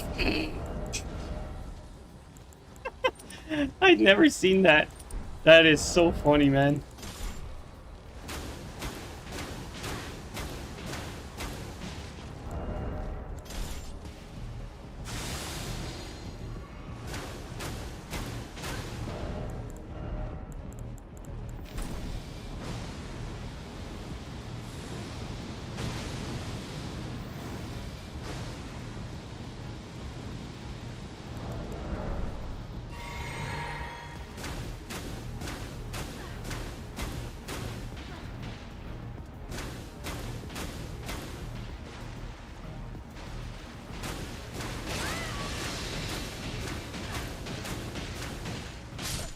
Okay. Dielovsky would be proud of me.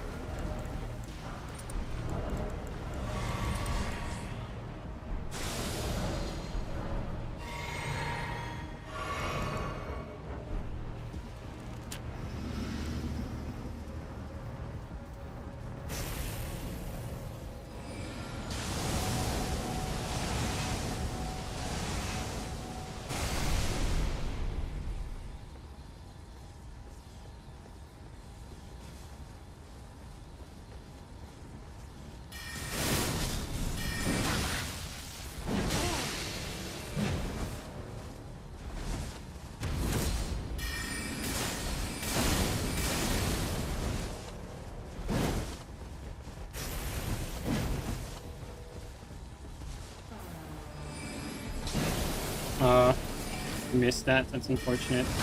Oh wow, that came out fast.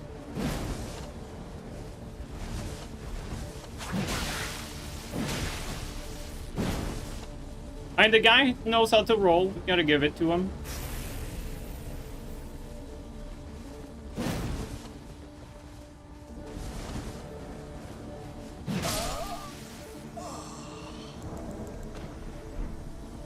He didn't play bad, you know, for a mage, you know, he did his thing, but it's not like horrible.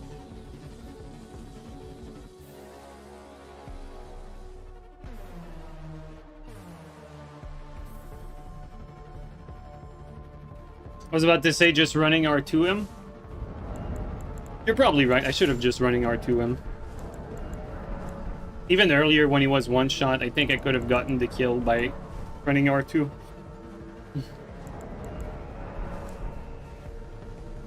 Yo, Brenna, thanks for the raid. Thanks, guys. Thanks, Brenna. I appreciate it.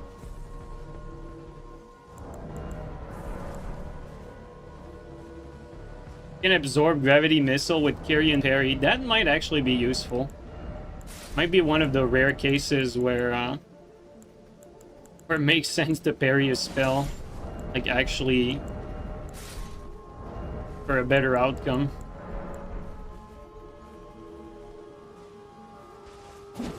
Because that gravity thing in closed environment is a problem. So maybe it would be even better to carry it as opposed to endure into attacking your opponent through it and just eating damage. Maybe it actually is a worth strat. Although it needs to be like sitting in the air, not like while they shoot it, because that's way too risky, like to mix up the timing, like shoot it at the floor or whatever. Seems way too risky.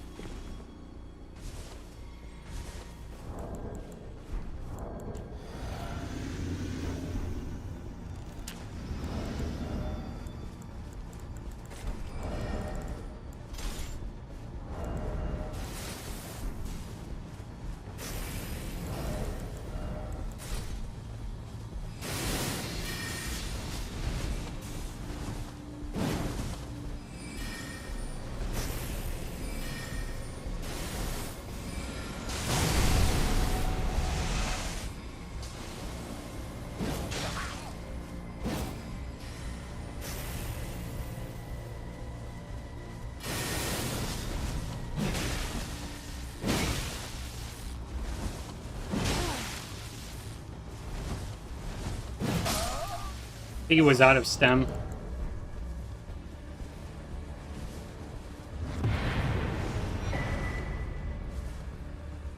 Beast roar this man.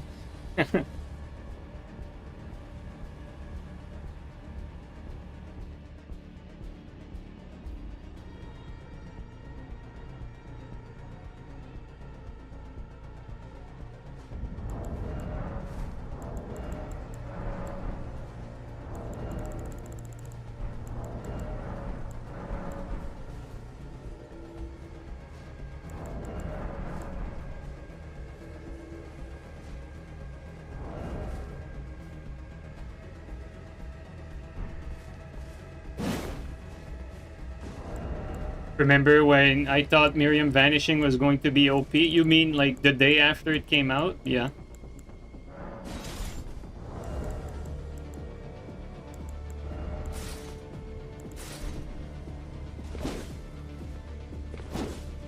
Scott made sure to make a big deal about it. Don't worry.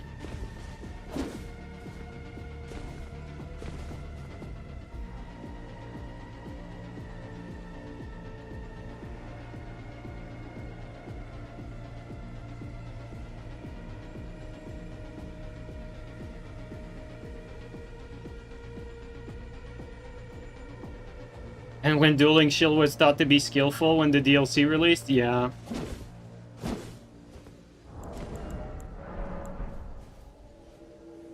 We thought Milady was going to be broken. I mean, when you look at it right now, I think Milady is broken, but it's like, it's not like broken to the extent that it's really different from a lot of broken stuff that's already in the game. You know what I mean? Like, Milady is not like on top of the chart for like my balance issue or my worries, basically. I think it's a very fun to play weapon, but definitely doesn't feel like it takes a lot of effort to play it successfully. Sure, there's a way to be a lot better with it that takes skills, but very often I fight players that are not very good that are using Milady, and they're actually sometimes pretty hard to defeat just because the weapon is very tricky to work around sometimes.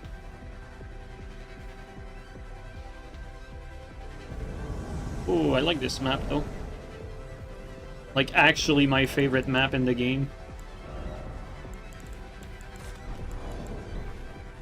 For invasions, I mean.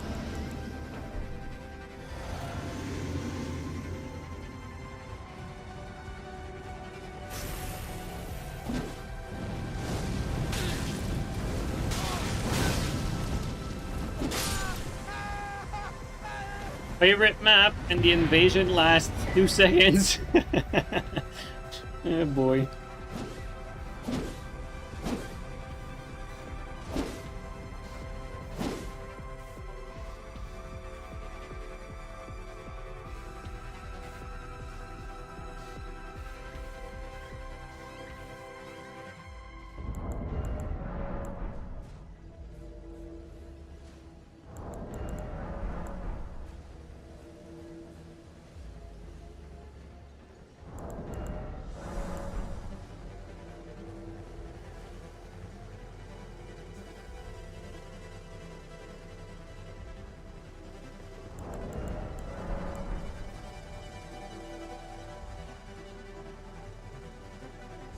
Map is good, except that part where you can go down that long ladder. Yeah, I agree. Yeah.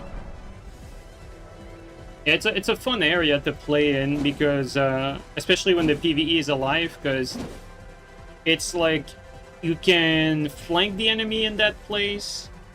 You can like force them to get like to be knocked off a ledge because there are choke points with tight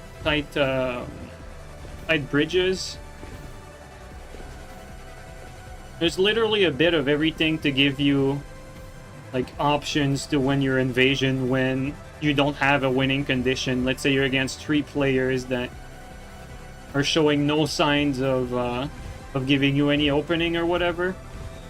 Well, if they're playing the level, you're gonna have opportunities to win because the level has options. Here I can go down and play very risky.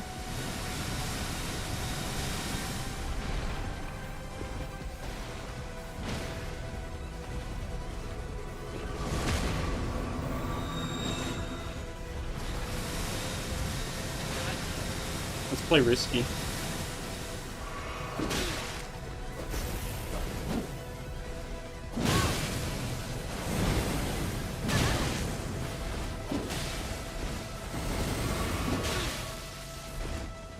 I thought about Flame Strike, but I didn't want to get spell in the back.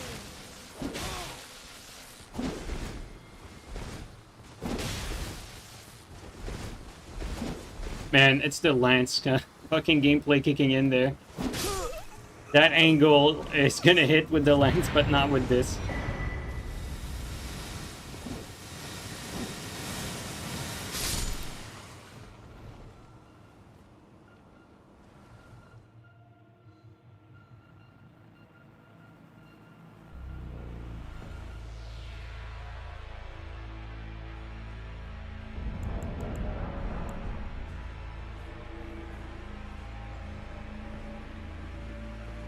This is what playing with Lance does to me. I mean, to be fair, it's not necessarily a bad habit to unlock like that.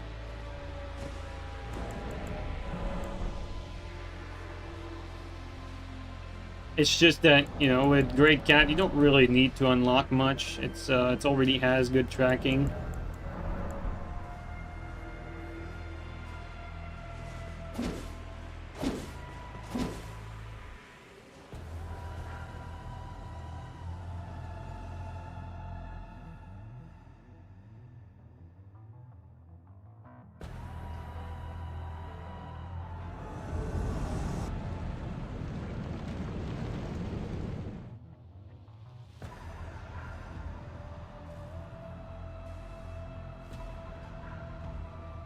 PS2 fashion is really nice, but you can't revisit Dark Souls 3 too much. It's definitely not your favorite. I'm not a big fan of like the vanilla maps for Dark Souls 2. I feel like the maps for the Dark Souls 2 DLC are great, but the base game one, not as good as Dark Souls 1 or Dark Souls 3, I think.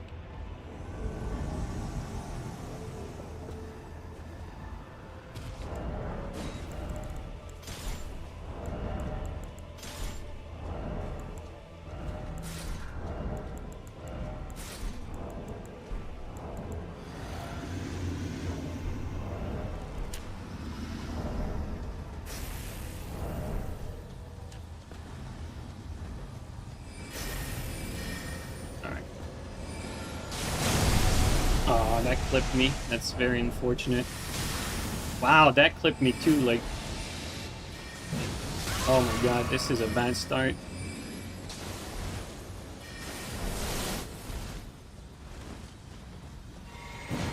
Oh, come on.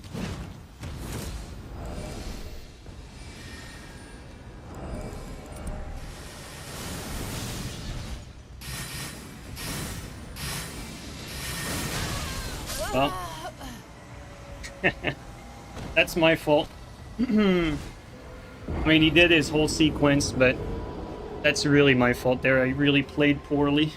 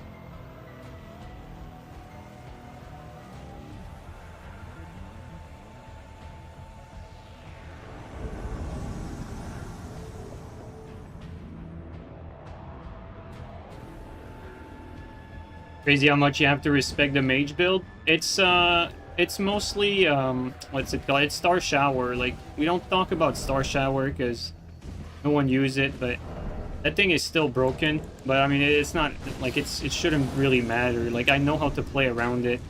I just played bad. That's really all my fault. Like, the guy didn't really play any different from the games before.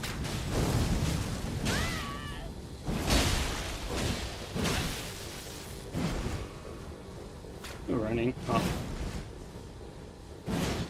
Also, I just like I did there, like I completely misspaced like some of my attacks too.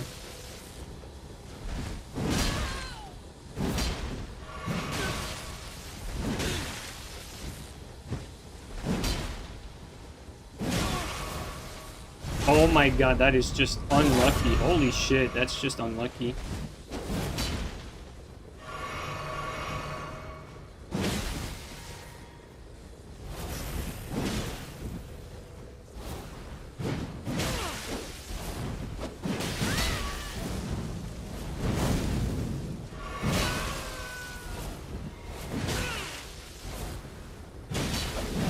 Oh, come on. That was about to be a scam.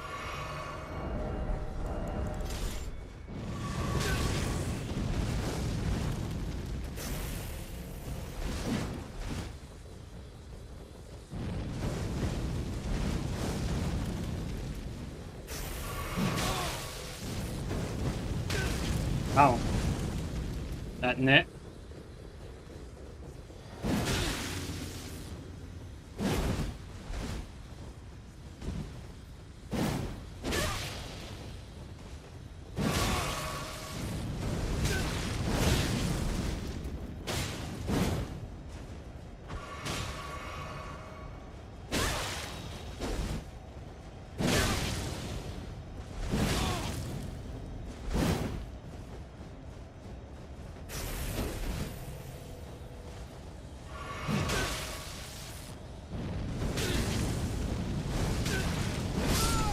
Finally.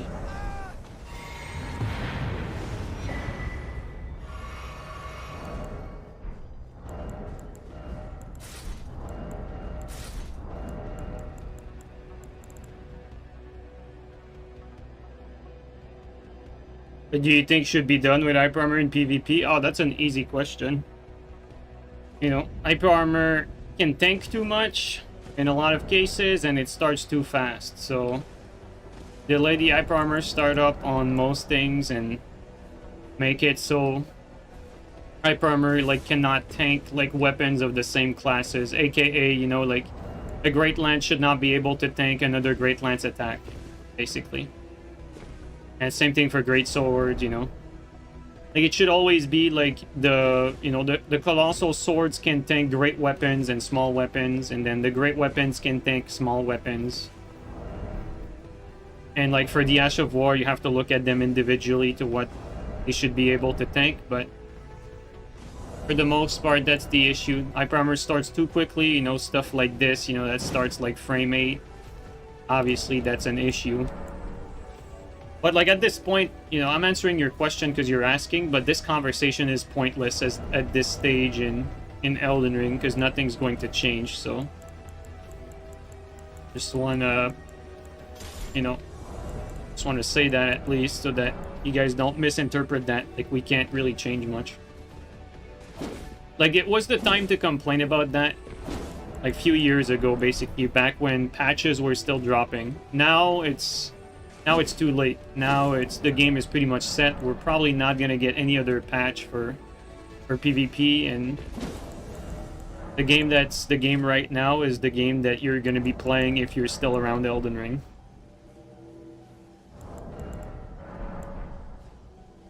And so basically you better get used to, you know, BHSTS, blind spot, dueling shield, and all that garbage, you know what I mean? And I say that, you know, I understand that it's not fun or skillful, but, you know, it is the game we got.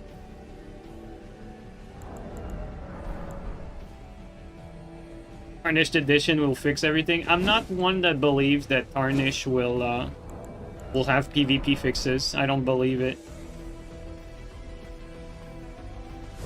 I think Tarnished will most likely just maybe like a few PvE tweaks if FromSoft has like missed a few things.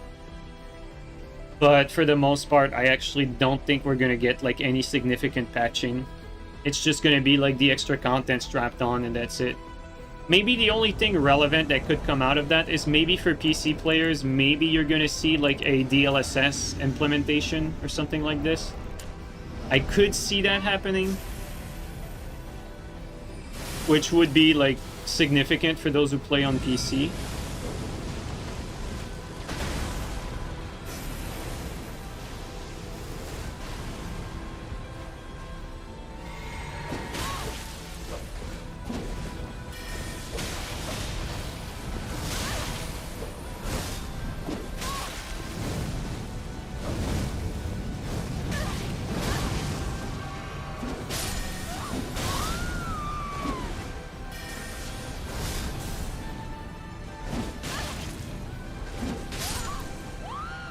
Interesting. It's just better skin for the donkey, no? Yes. Yes, Fuji, it's the better skin for the donkey. Better skin for the donkey, let's go. The fucking donkey, bro. It does... I mean, it is clearly a mix between a horse and a donkey. Let's take a look at it. Dude, I haven't used this thing in forever. I mean, clearly. Guys, which animal is this the closest to?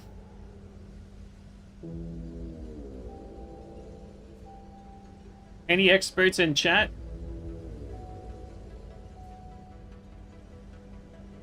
The dog? A gazelle? I like the gazelle. A reindeer? You're not from Canada, Green, are you? That's not what a reindeer looks like. Ox horse. I like the gazelle, though. Obviously not a gazelle, but... Wait, what's the... Bro. Okay, there you go. I was about to say, I forgot how to fucking get off the horse. That's how much I use it. A yak horse? Yeah, that's probably it, right? Shetland pony with goat horns. A graceful gazelle. First time I've ridden Torrent in years. Actually, that's true. It's probably been a year since I rid him. Like, legitimately, when you saw me jump there, it's because you know, I'm still doing my Skyrim playthrough. And so, you know, to get off the horse in Skyrim, like you press A or X on PlayStation, right? And I tried to get off my horse with that, and so I jumped, and then I had to think for a second, wait, how do you get off the horse again?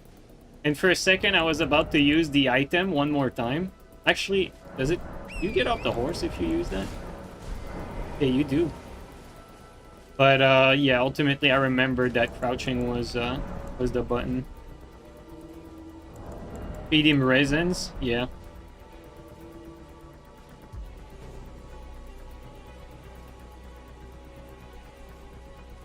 Seamless has made you hate the horse to an extreme degree. I'm one of those that believe that the horse existence in this game is like a fix for a problem FromSoft created themselves, because they wanted to make Elden Ring so damn large that they created a problem where you can't really fucking go around the world as much as you want.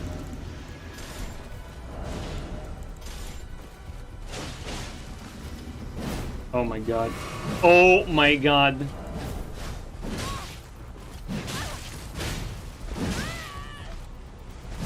Oh my god, I would have hit that. I just choked that kill like big time.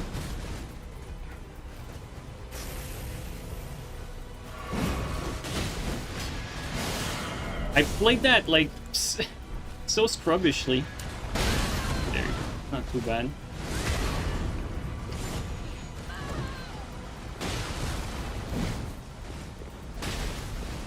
We have a teammate in there? We do.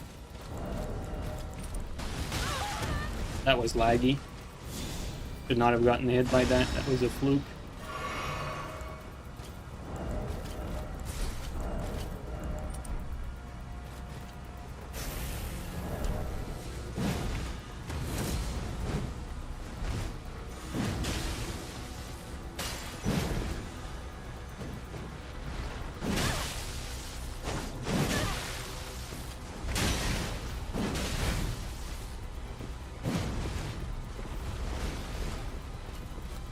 I have my invasion teammate here.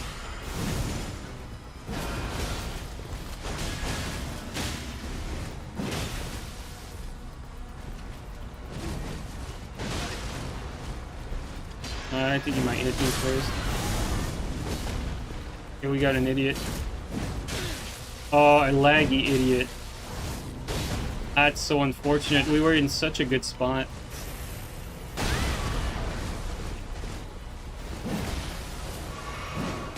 That is sad.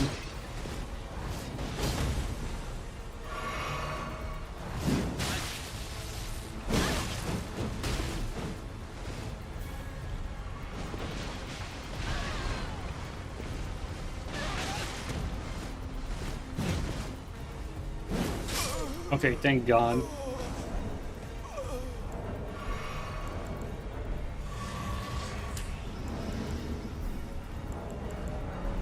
That's unfortunate because it basically like fucked our great pressure that we could, you know, generate with the PvE.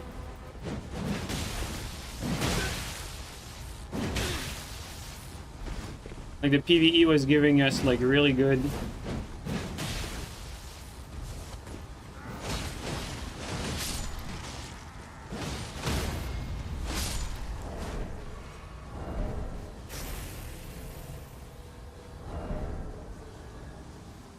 Let's move a little bit. Like PvE was giving us a good opportunity to put pressure on them, but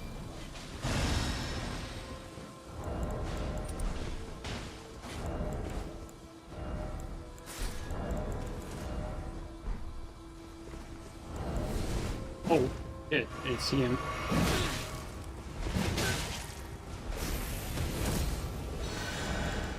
The classic.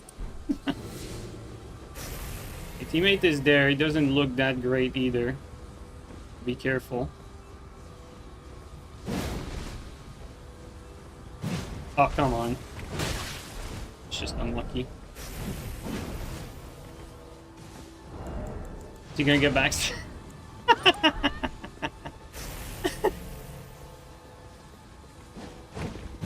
getting distracted from watching the other fights back there.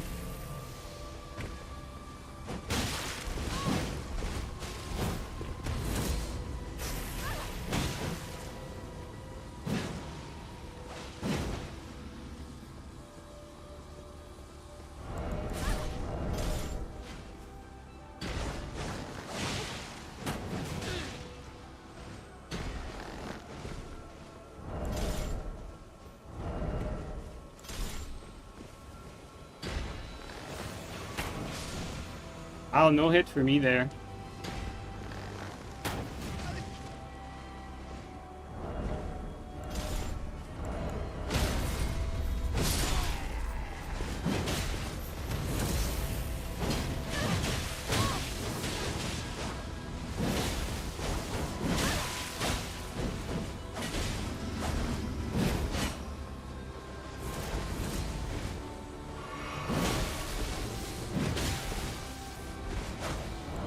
I mean, teammate is doing a good enough job.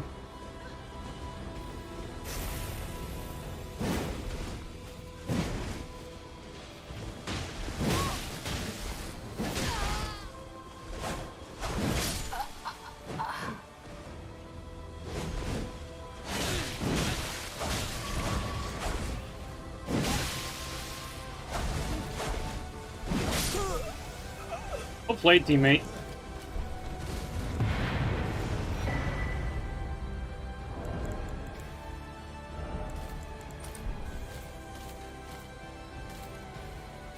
Teammate knows what's up with Rod, Grease, and Spirit. Yeah, he did.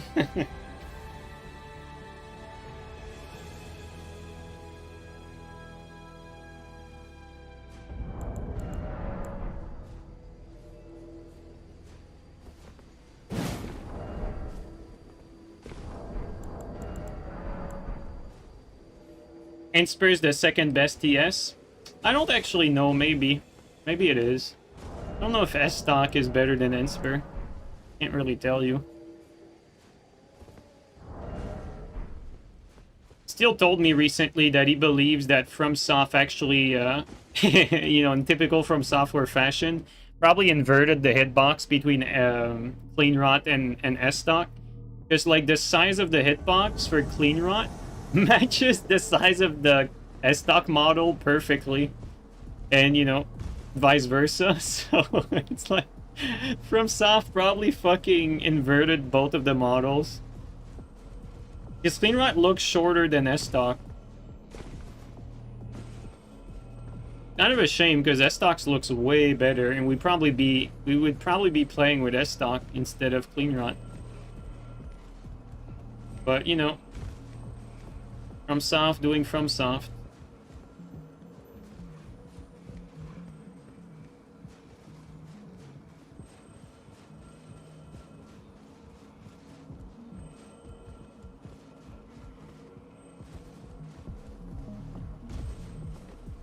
Okay, yeah, they're at the start.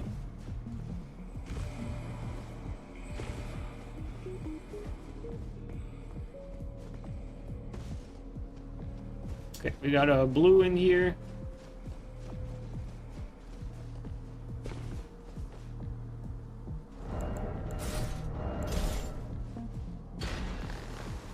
They don't seem to be moving.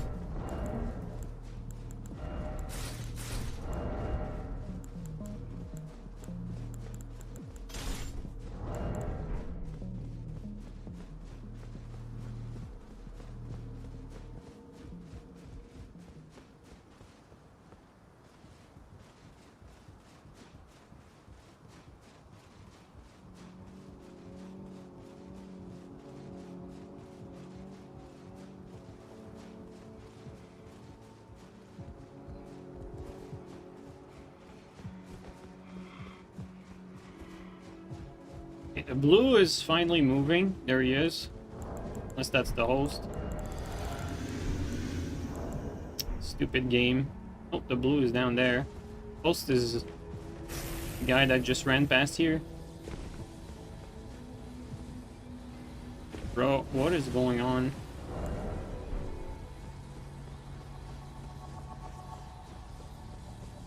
He just decided randomly that he's He was going to fucking sprint through the whole thing.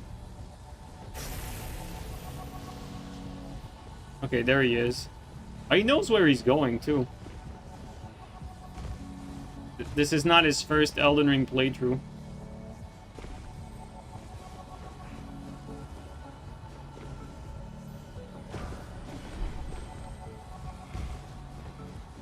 Oh, yeah.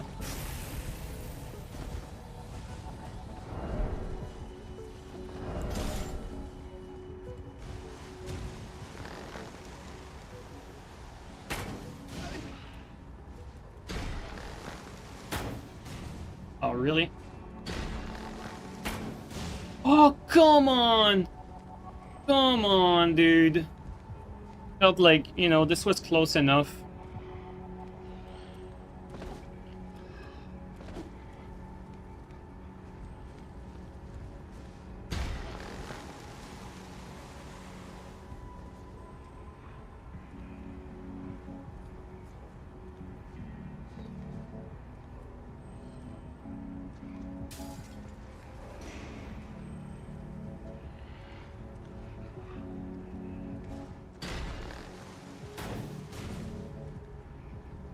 Of course he's not in there. We're gonna be playing that game, guys. Oh!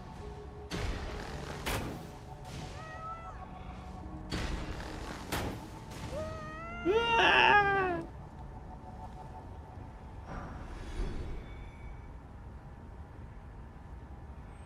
The hole's still there, because, you know, indicator has not moved, so... Still up there.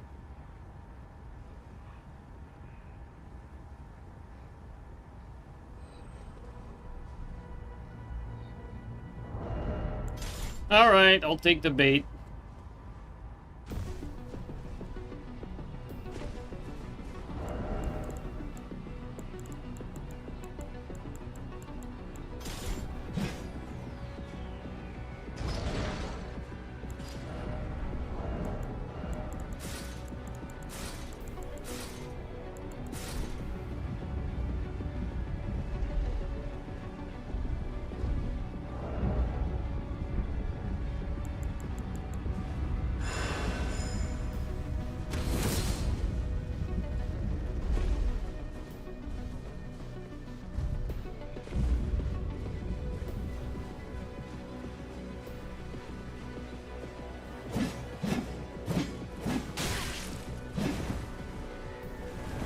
Wow, this game.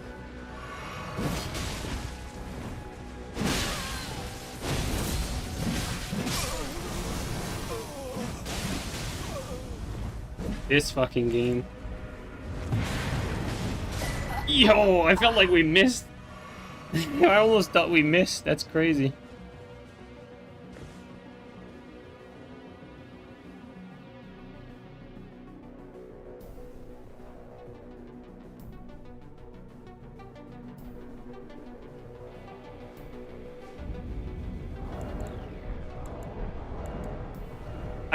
The reason why I swapped to Solitude was, I don't know, I had a feeling that the guy might not be clueless, and I was expecting a sleep bot on the elevator.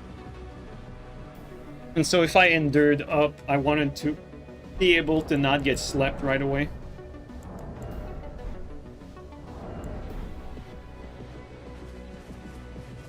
Alright, give me a sec, guys.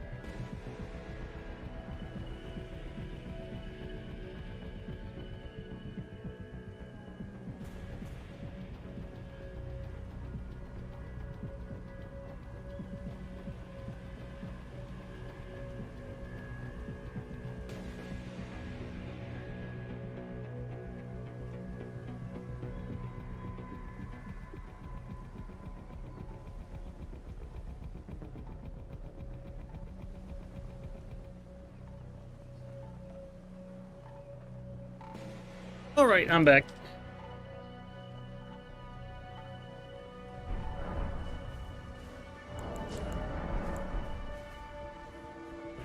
Let's try to change the Great Cat to something else.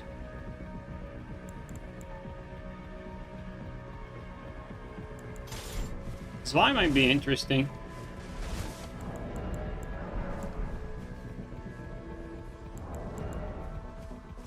Edgy, would you recommend playing Elden Ring right now or wait until Tarnished? I would recommend to wait until Tarnished because you're gonna get new classes with Tarnished, and so, you know, whether you're looking to PvE, PvP, whatever, the activity is going to spike with Tarnished Edition, and so you're gonna have more activity no matter what you want to do.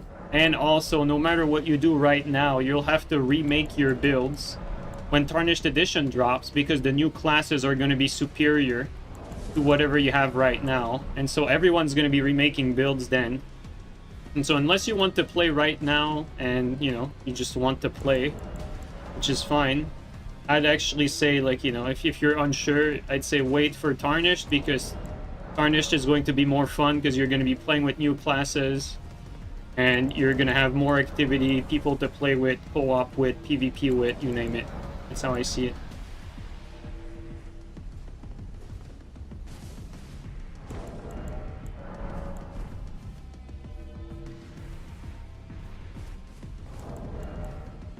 It's Lord's Farquaad. Well played, dude. Well played earlier.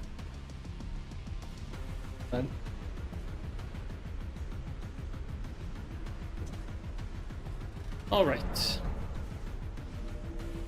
I'd do a little bit of Zwei here.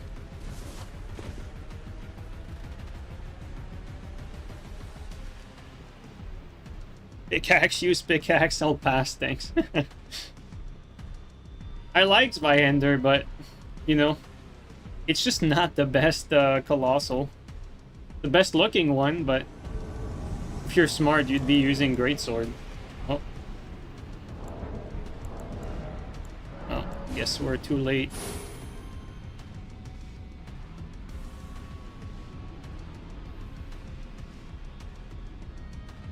I just realized I need to craft some big pots too.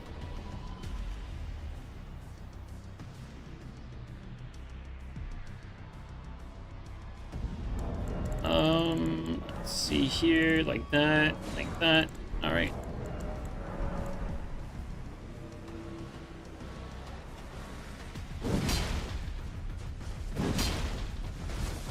You find the Zwei moveset better with the stabs? Maybe. I don't know actually which is better, like the Zwei stab or the Gug's like swipe. I feel like both of them have use cases. When you're invading, the swipe's definitely more useful. But like at the same time, you know, you can also do the R1, which is pretty similar to the stab. Not the stab, to the Gug swipe, I mean. Okay, for this one, we're gonna prepare and anticipate getting... Okay, no, never mind, they're moving. I'm getting ambushed up there. But we're good.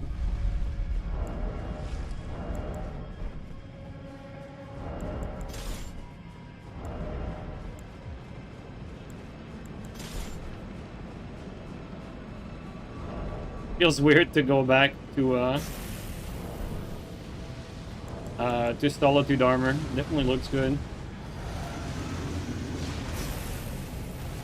Alright, let's try to get that mage. You know what? I say that, but deep down,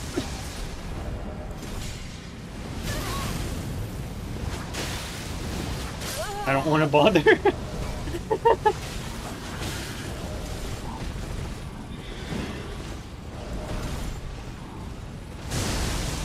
Thank you, PvE.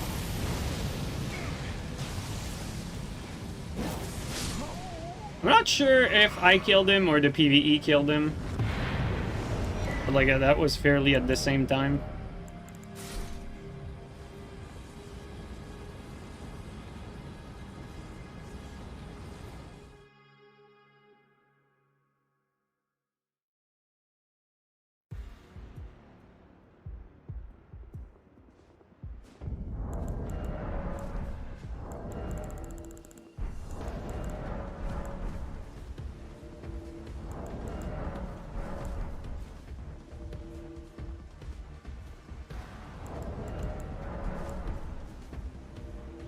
Is Vi worth using at all, like ever, or you just feel like Uggs gaming? See, like if you're on a build that permits it, Gugs is pretty much always better. Unless like you're tight with weight ratio. Obviously Zwei is lighter, but you know, there are some builds like, you know, if you're on a Fate build, chances are like you'll want to have like maybe a setup that has, let's say, like offhand hand axe or offhand dagger with main hand colossal. Then the Zweihander becomes like the more logical option. But if you're like two-handing a colossal, usually Gugs makes more sense. Like the only reason why you'd have Zwei is like build limitation, basically.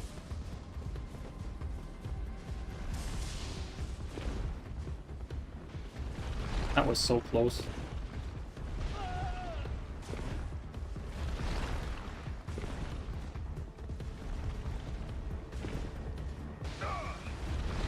On that. It's raining pots.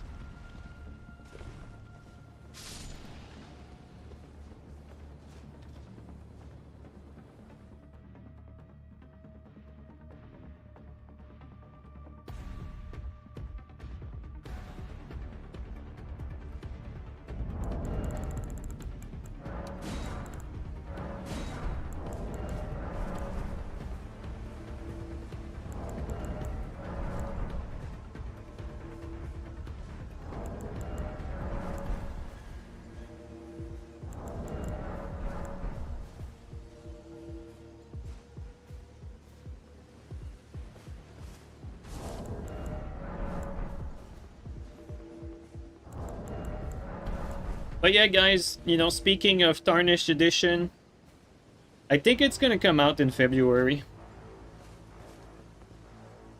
I think that's when we're gonna see it.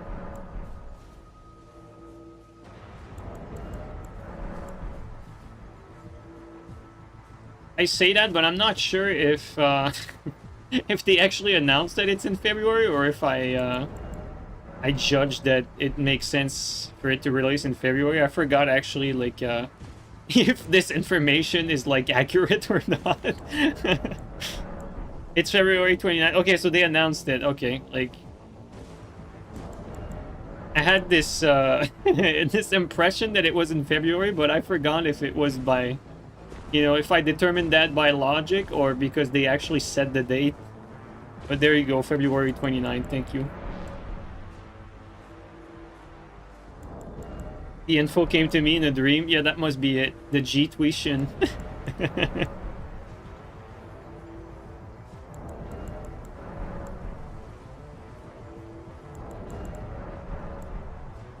The info came to me in a dream, bro.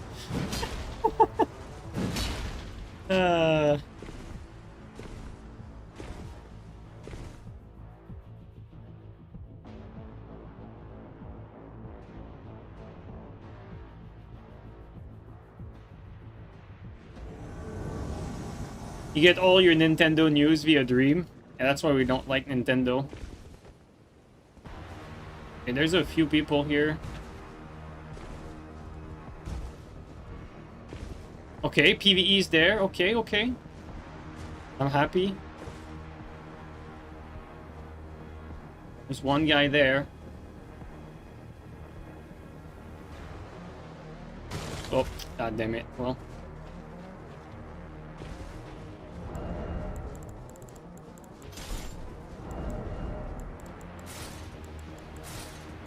Okay, two guys there.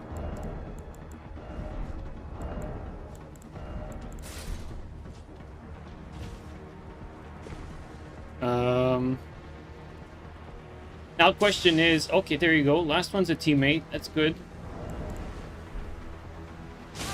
Nice, nice. All right.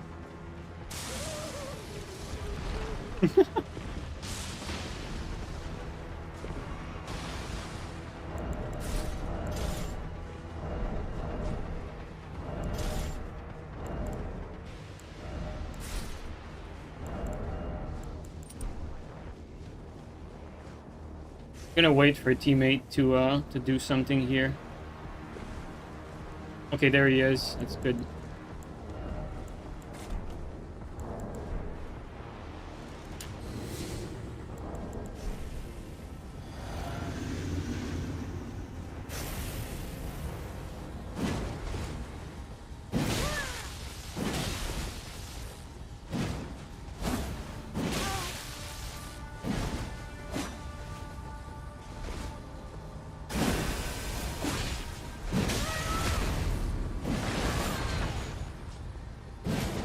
Oh.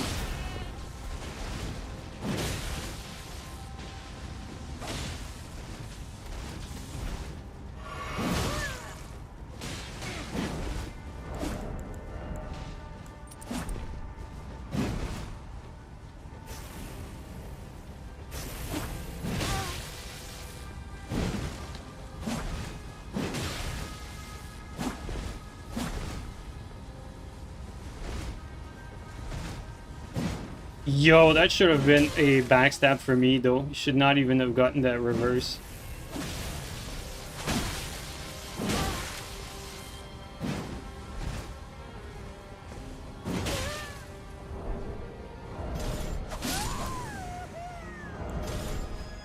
Yeah, well played, teammate.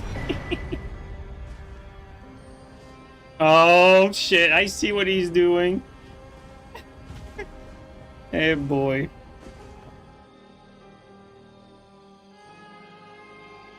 I see what teammate was cooking. Oh my god, that's funny.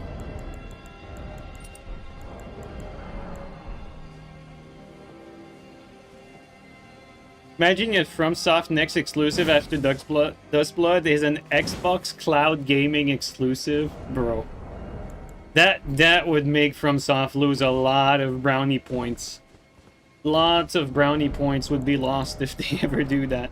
Which, to be fair, I really don't think that's ever gonna happen, but that would be quite horrible.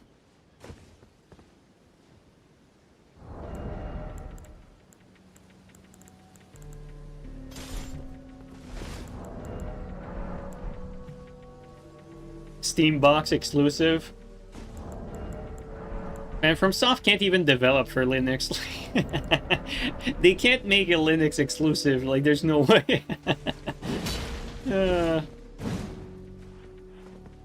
You'll be able to play their game on the Steam box probably because, you know,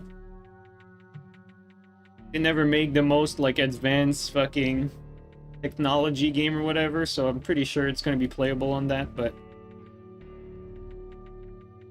actually they don't really make the most optimized games either now that we think about it, so who knows? Maybe it's going to run like shit on the Steam box.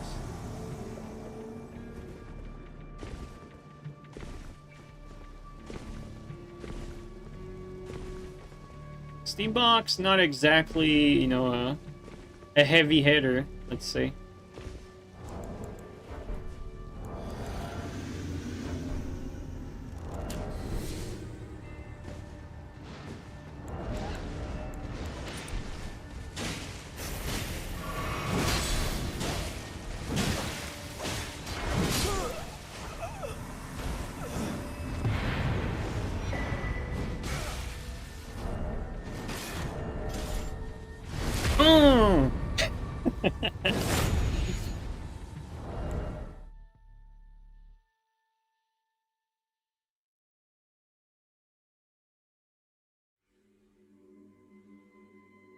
Xbox lost the console war to PlayStation after the success of the 360. Yeah, I mean, it's pretty evident at this point.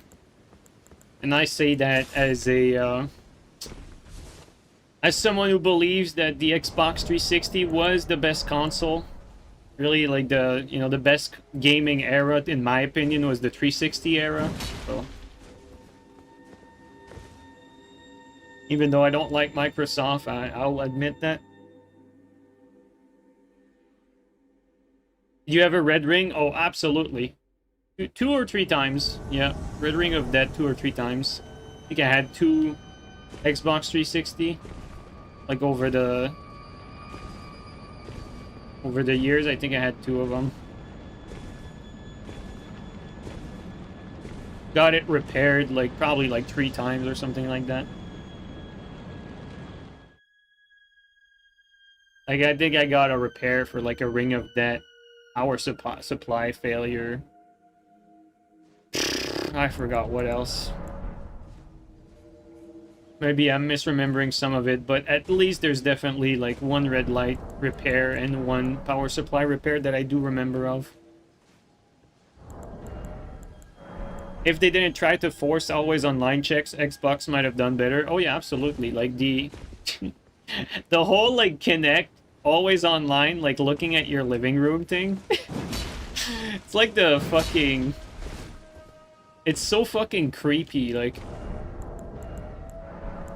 you had fucking Billy Gatorade jerking off the fucking to his Kinect window into the world, you know what I mean?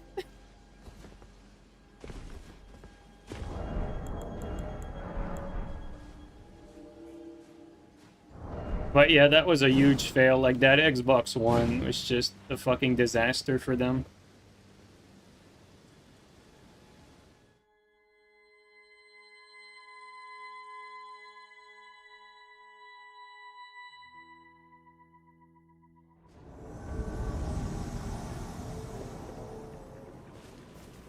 Well, it's the Fight Club Warriors. So, let's go fight this guy. Well, I mean, he's going this way. I'm going toward the... yellow.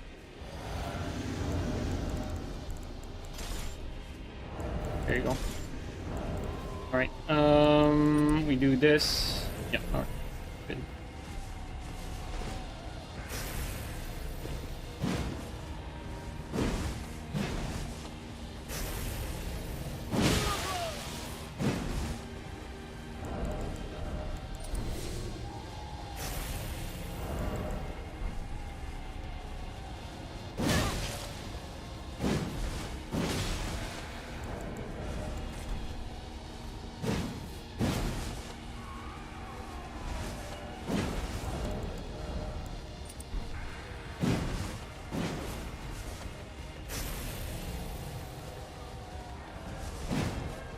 Close.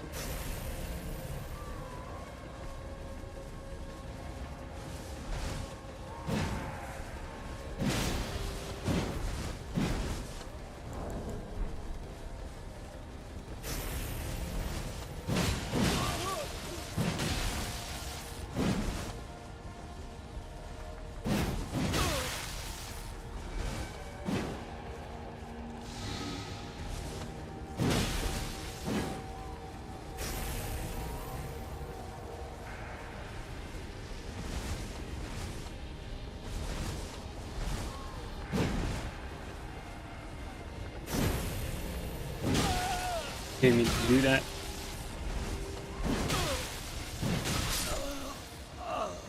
Or maybe he did. I don't know. Since he was letting them fight, I'm gonna let them fight too.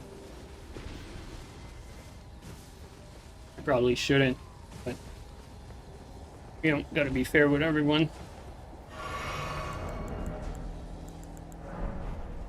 Otherwise, Reddit might call me toxic.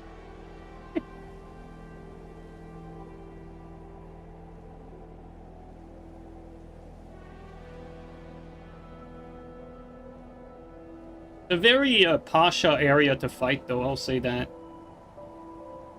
Very Pasha area.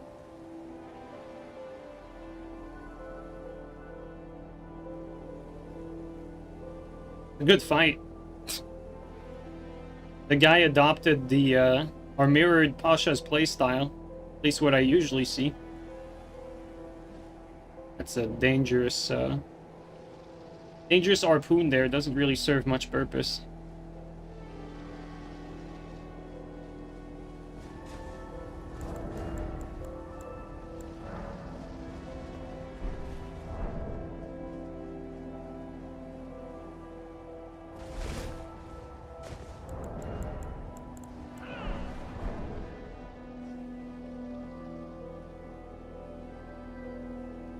Quite the fight, right?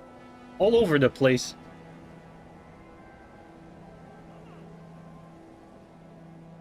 Oh, the mix-up, it didn't work. The R1 spam came. They're gone. we can't see them anymore. We have to go.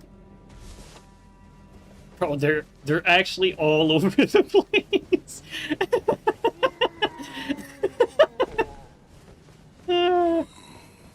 Pontive vibes for, I mean, every fight Pasha does is like that, because like, you know, like you could blame the red for playing like this, but at the end of the day, like Pasha does this every fight. So did the red start doing that because he mirrored what Pasha was doing? Because I know for a fact Pasha runs like that every fight. That's all he does. And so like to see Pasha on the offensive there, like maybe it's just how the fight devolved at this point, but maybe it was like that both ways earlier. I don't know. Let's just say the red has the benefit of the doubt given the history of the host.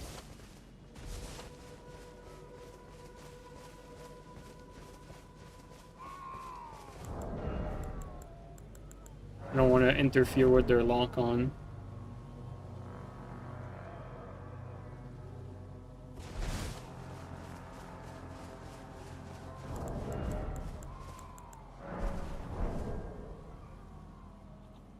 Red should feel comfortable, though. He should be on red and blue tier stone, but he's not. I don't know why he's not, though. It doesn't really... I mean, it should help him. What's their HP at? Can we lock on? Kind of curious right now. There you go. Oh, he's regen a significant amount.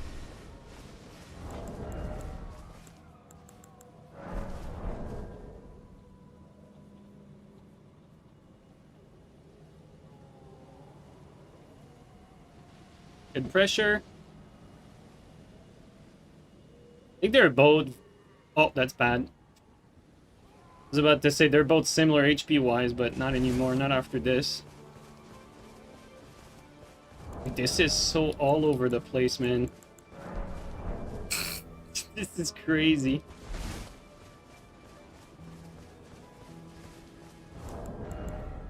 Oh, it's over. And the teabag. The teabag. There you go. Alright.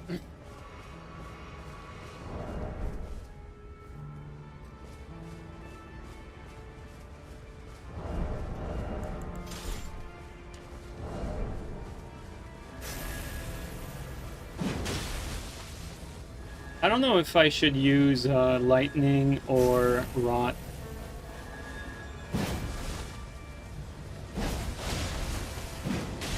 Oh my god, rot. I'm answering my own question.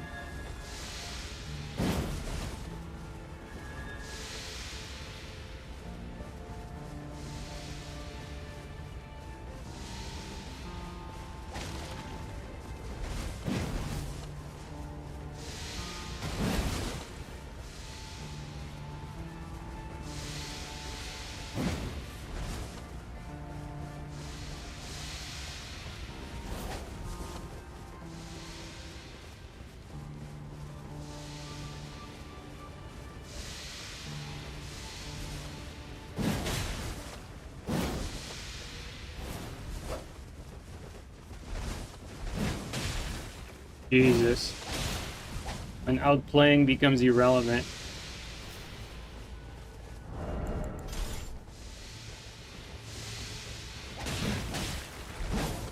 Yeah. Oh my god, dude.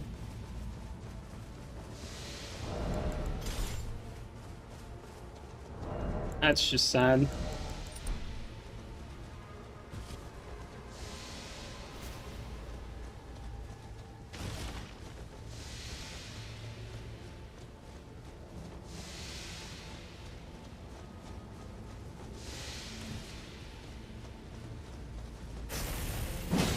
Oh my god, this guy's so lucky. He's getting outplayed with those. Like, he got outplayed so many times, but Either his lat just makes him double roll, get away, or his lat makes me like go through him without any damage. It's like every single time he got some damage him, it's out of him getting outplayed and just his latency like giving him free hits.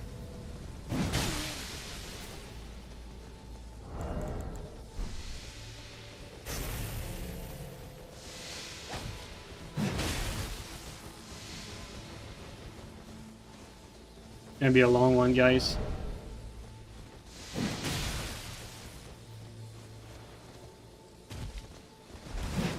It's just that, like, he's gonna keep double rolling every time. Even though, like, he gets outplayed, like, I got inside position.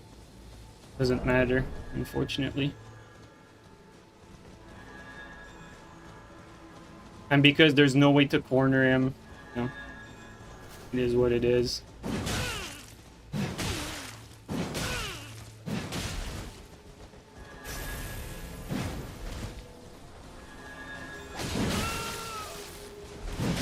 Okay, there you go. Thank fucking God, dude. This guy is, like, legitimately, this guy is so bad. But, you know, latency, running forever, doesn't really matter in this game. Like, this game will compensate for your lack of skill, like, crazy, crazy.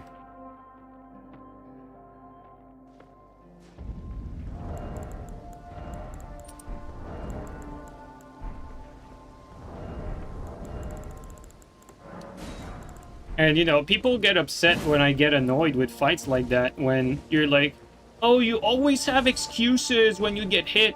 It's like, you know, people don't really understand what they're playing or what they're watching a lot of times. Like, you know, when you go for an attack, and the guy just phases through it and gets, like, 2 hits off of that. Or when, like, you know, you get near him and they don't punish you for, like, jumping near them, and then you start the vortex, and then they panic roll because of your vortex, and you time your roll catch properly, but they just double roll because they have high lat. It's like, nothing of what they're doing means good players. Everything they're doing is purely because their connection is bad. That's all there is to it. It's just high latency, being able to get away with bad plays. And it's been like that with every Souls game. And it's not fun to play against. It makes the fights pointless.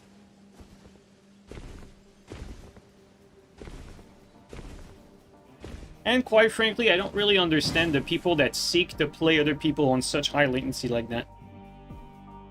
I do not understand that.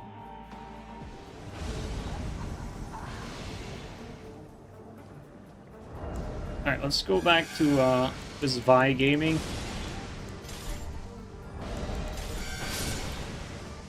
There he is.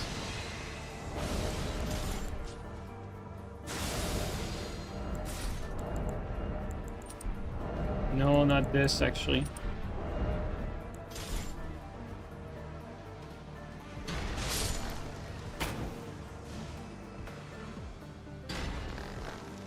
Hard to get an angle here. Maybe I'll need a direct hit.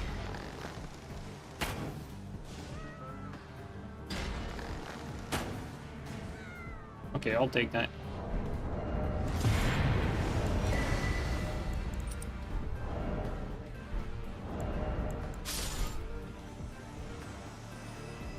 What about the Meteoroid Greatsword? It's a cool sword. It's just that it's very, like, build specific. Like, you need to build, you know, a setup around that weapon, because the stat spread is all over the place, so you don't really see it very often because of that. It's a cool weapon, though. The Ash of War is also very underrated. Like, we know, like, it's good at, like, catching people on chase down and everything, but the real strength for that Ash is the crazy hype armor it gets with the forward momentum, and you can win trades versus a lot of shit with that attack. It's a very, very, underestimated Ash of War, I believe. Well, I say underestimated. I mean, the real reason why it's not used is not because people don't think it's good, it's mostly because the build is just way too specific, so it doesn't fit on most builds, basically. And that's the real reason. Is he alone? No, he's not.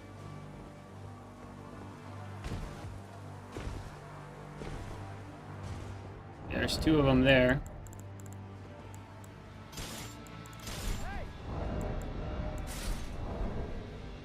I'm by myself. He drank his physic too early, too.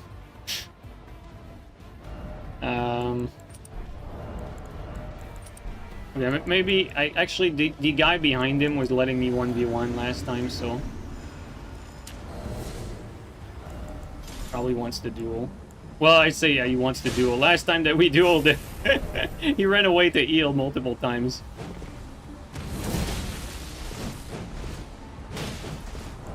Questionable.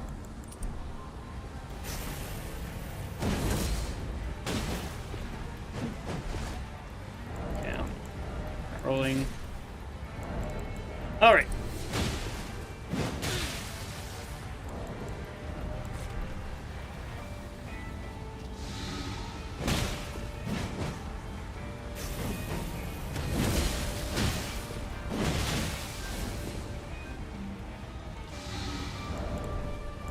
The Ender Gaming.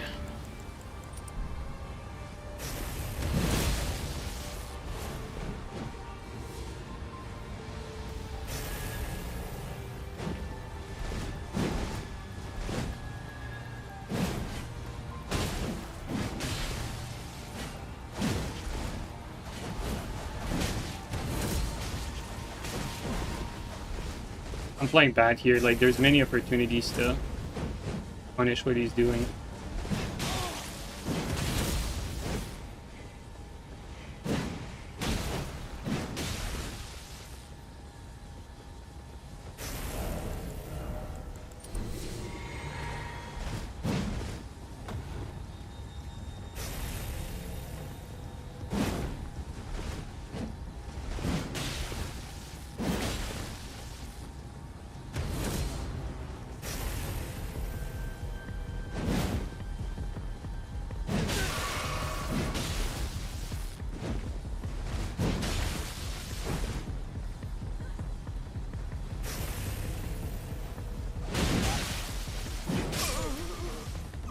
I played bad there.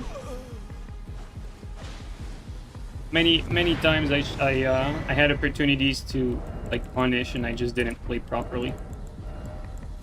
Even though it was a decisive win, you know, it's like you know when you play well and you don't.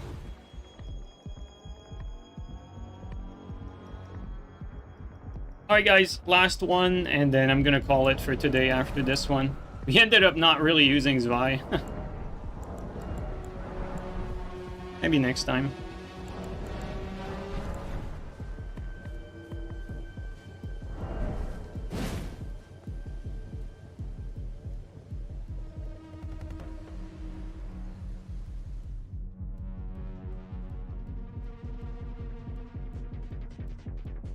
Please let it be a good connection for the last one. Let's see here. Oh, it was the... These were the gankers from earlier, I think. Well, gankers... I think they had the Tong active. Like for twos. And they are in the castle. There could be a red in there as well.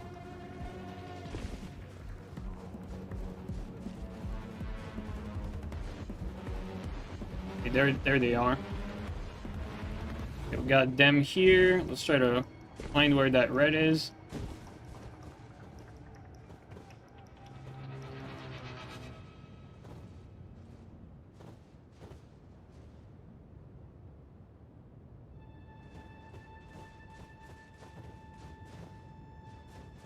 Oh, red spawned up there for whatever reason. Okay.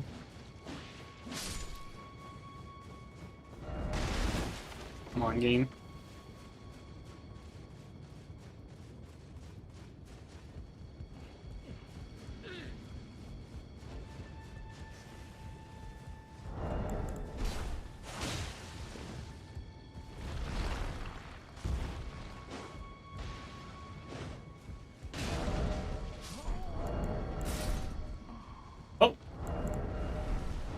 Didn't see him.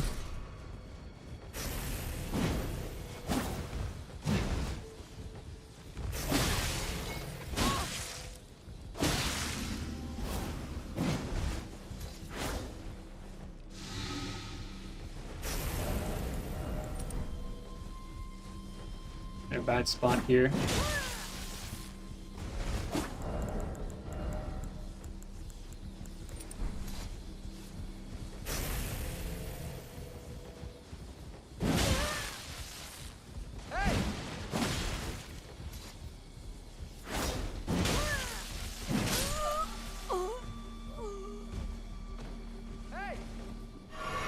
Kinda had to jump on you.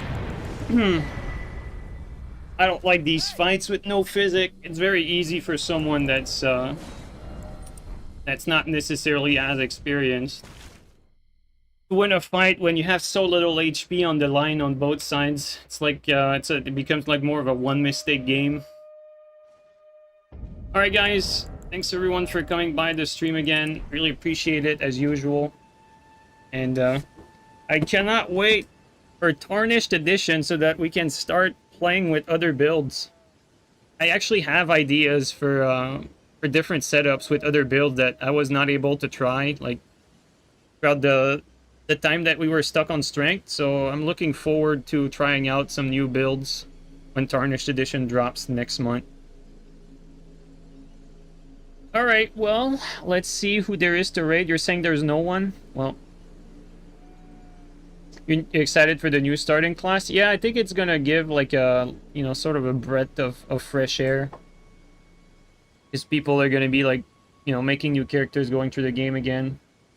Oh, there you go. Sergeant Jaeger is playing Elden Ring. There's someone.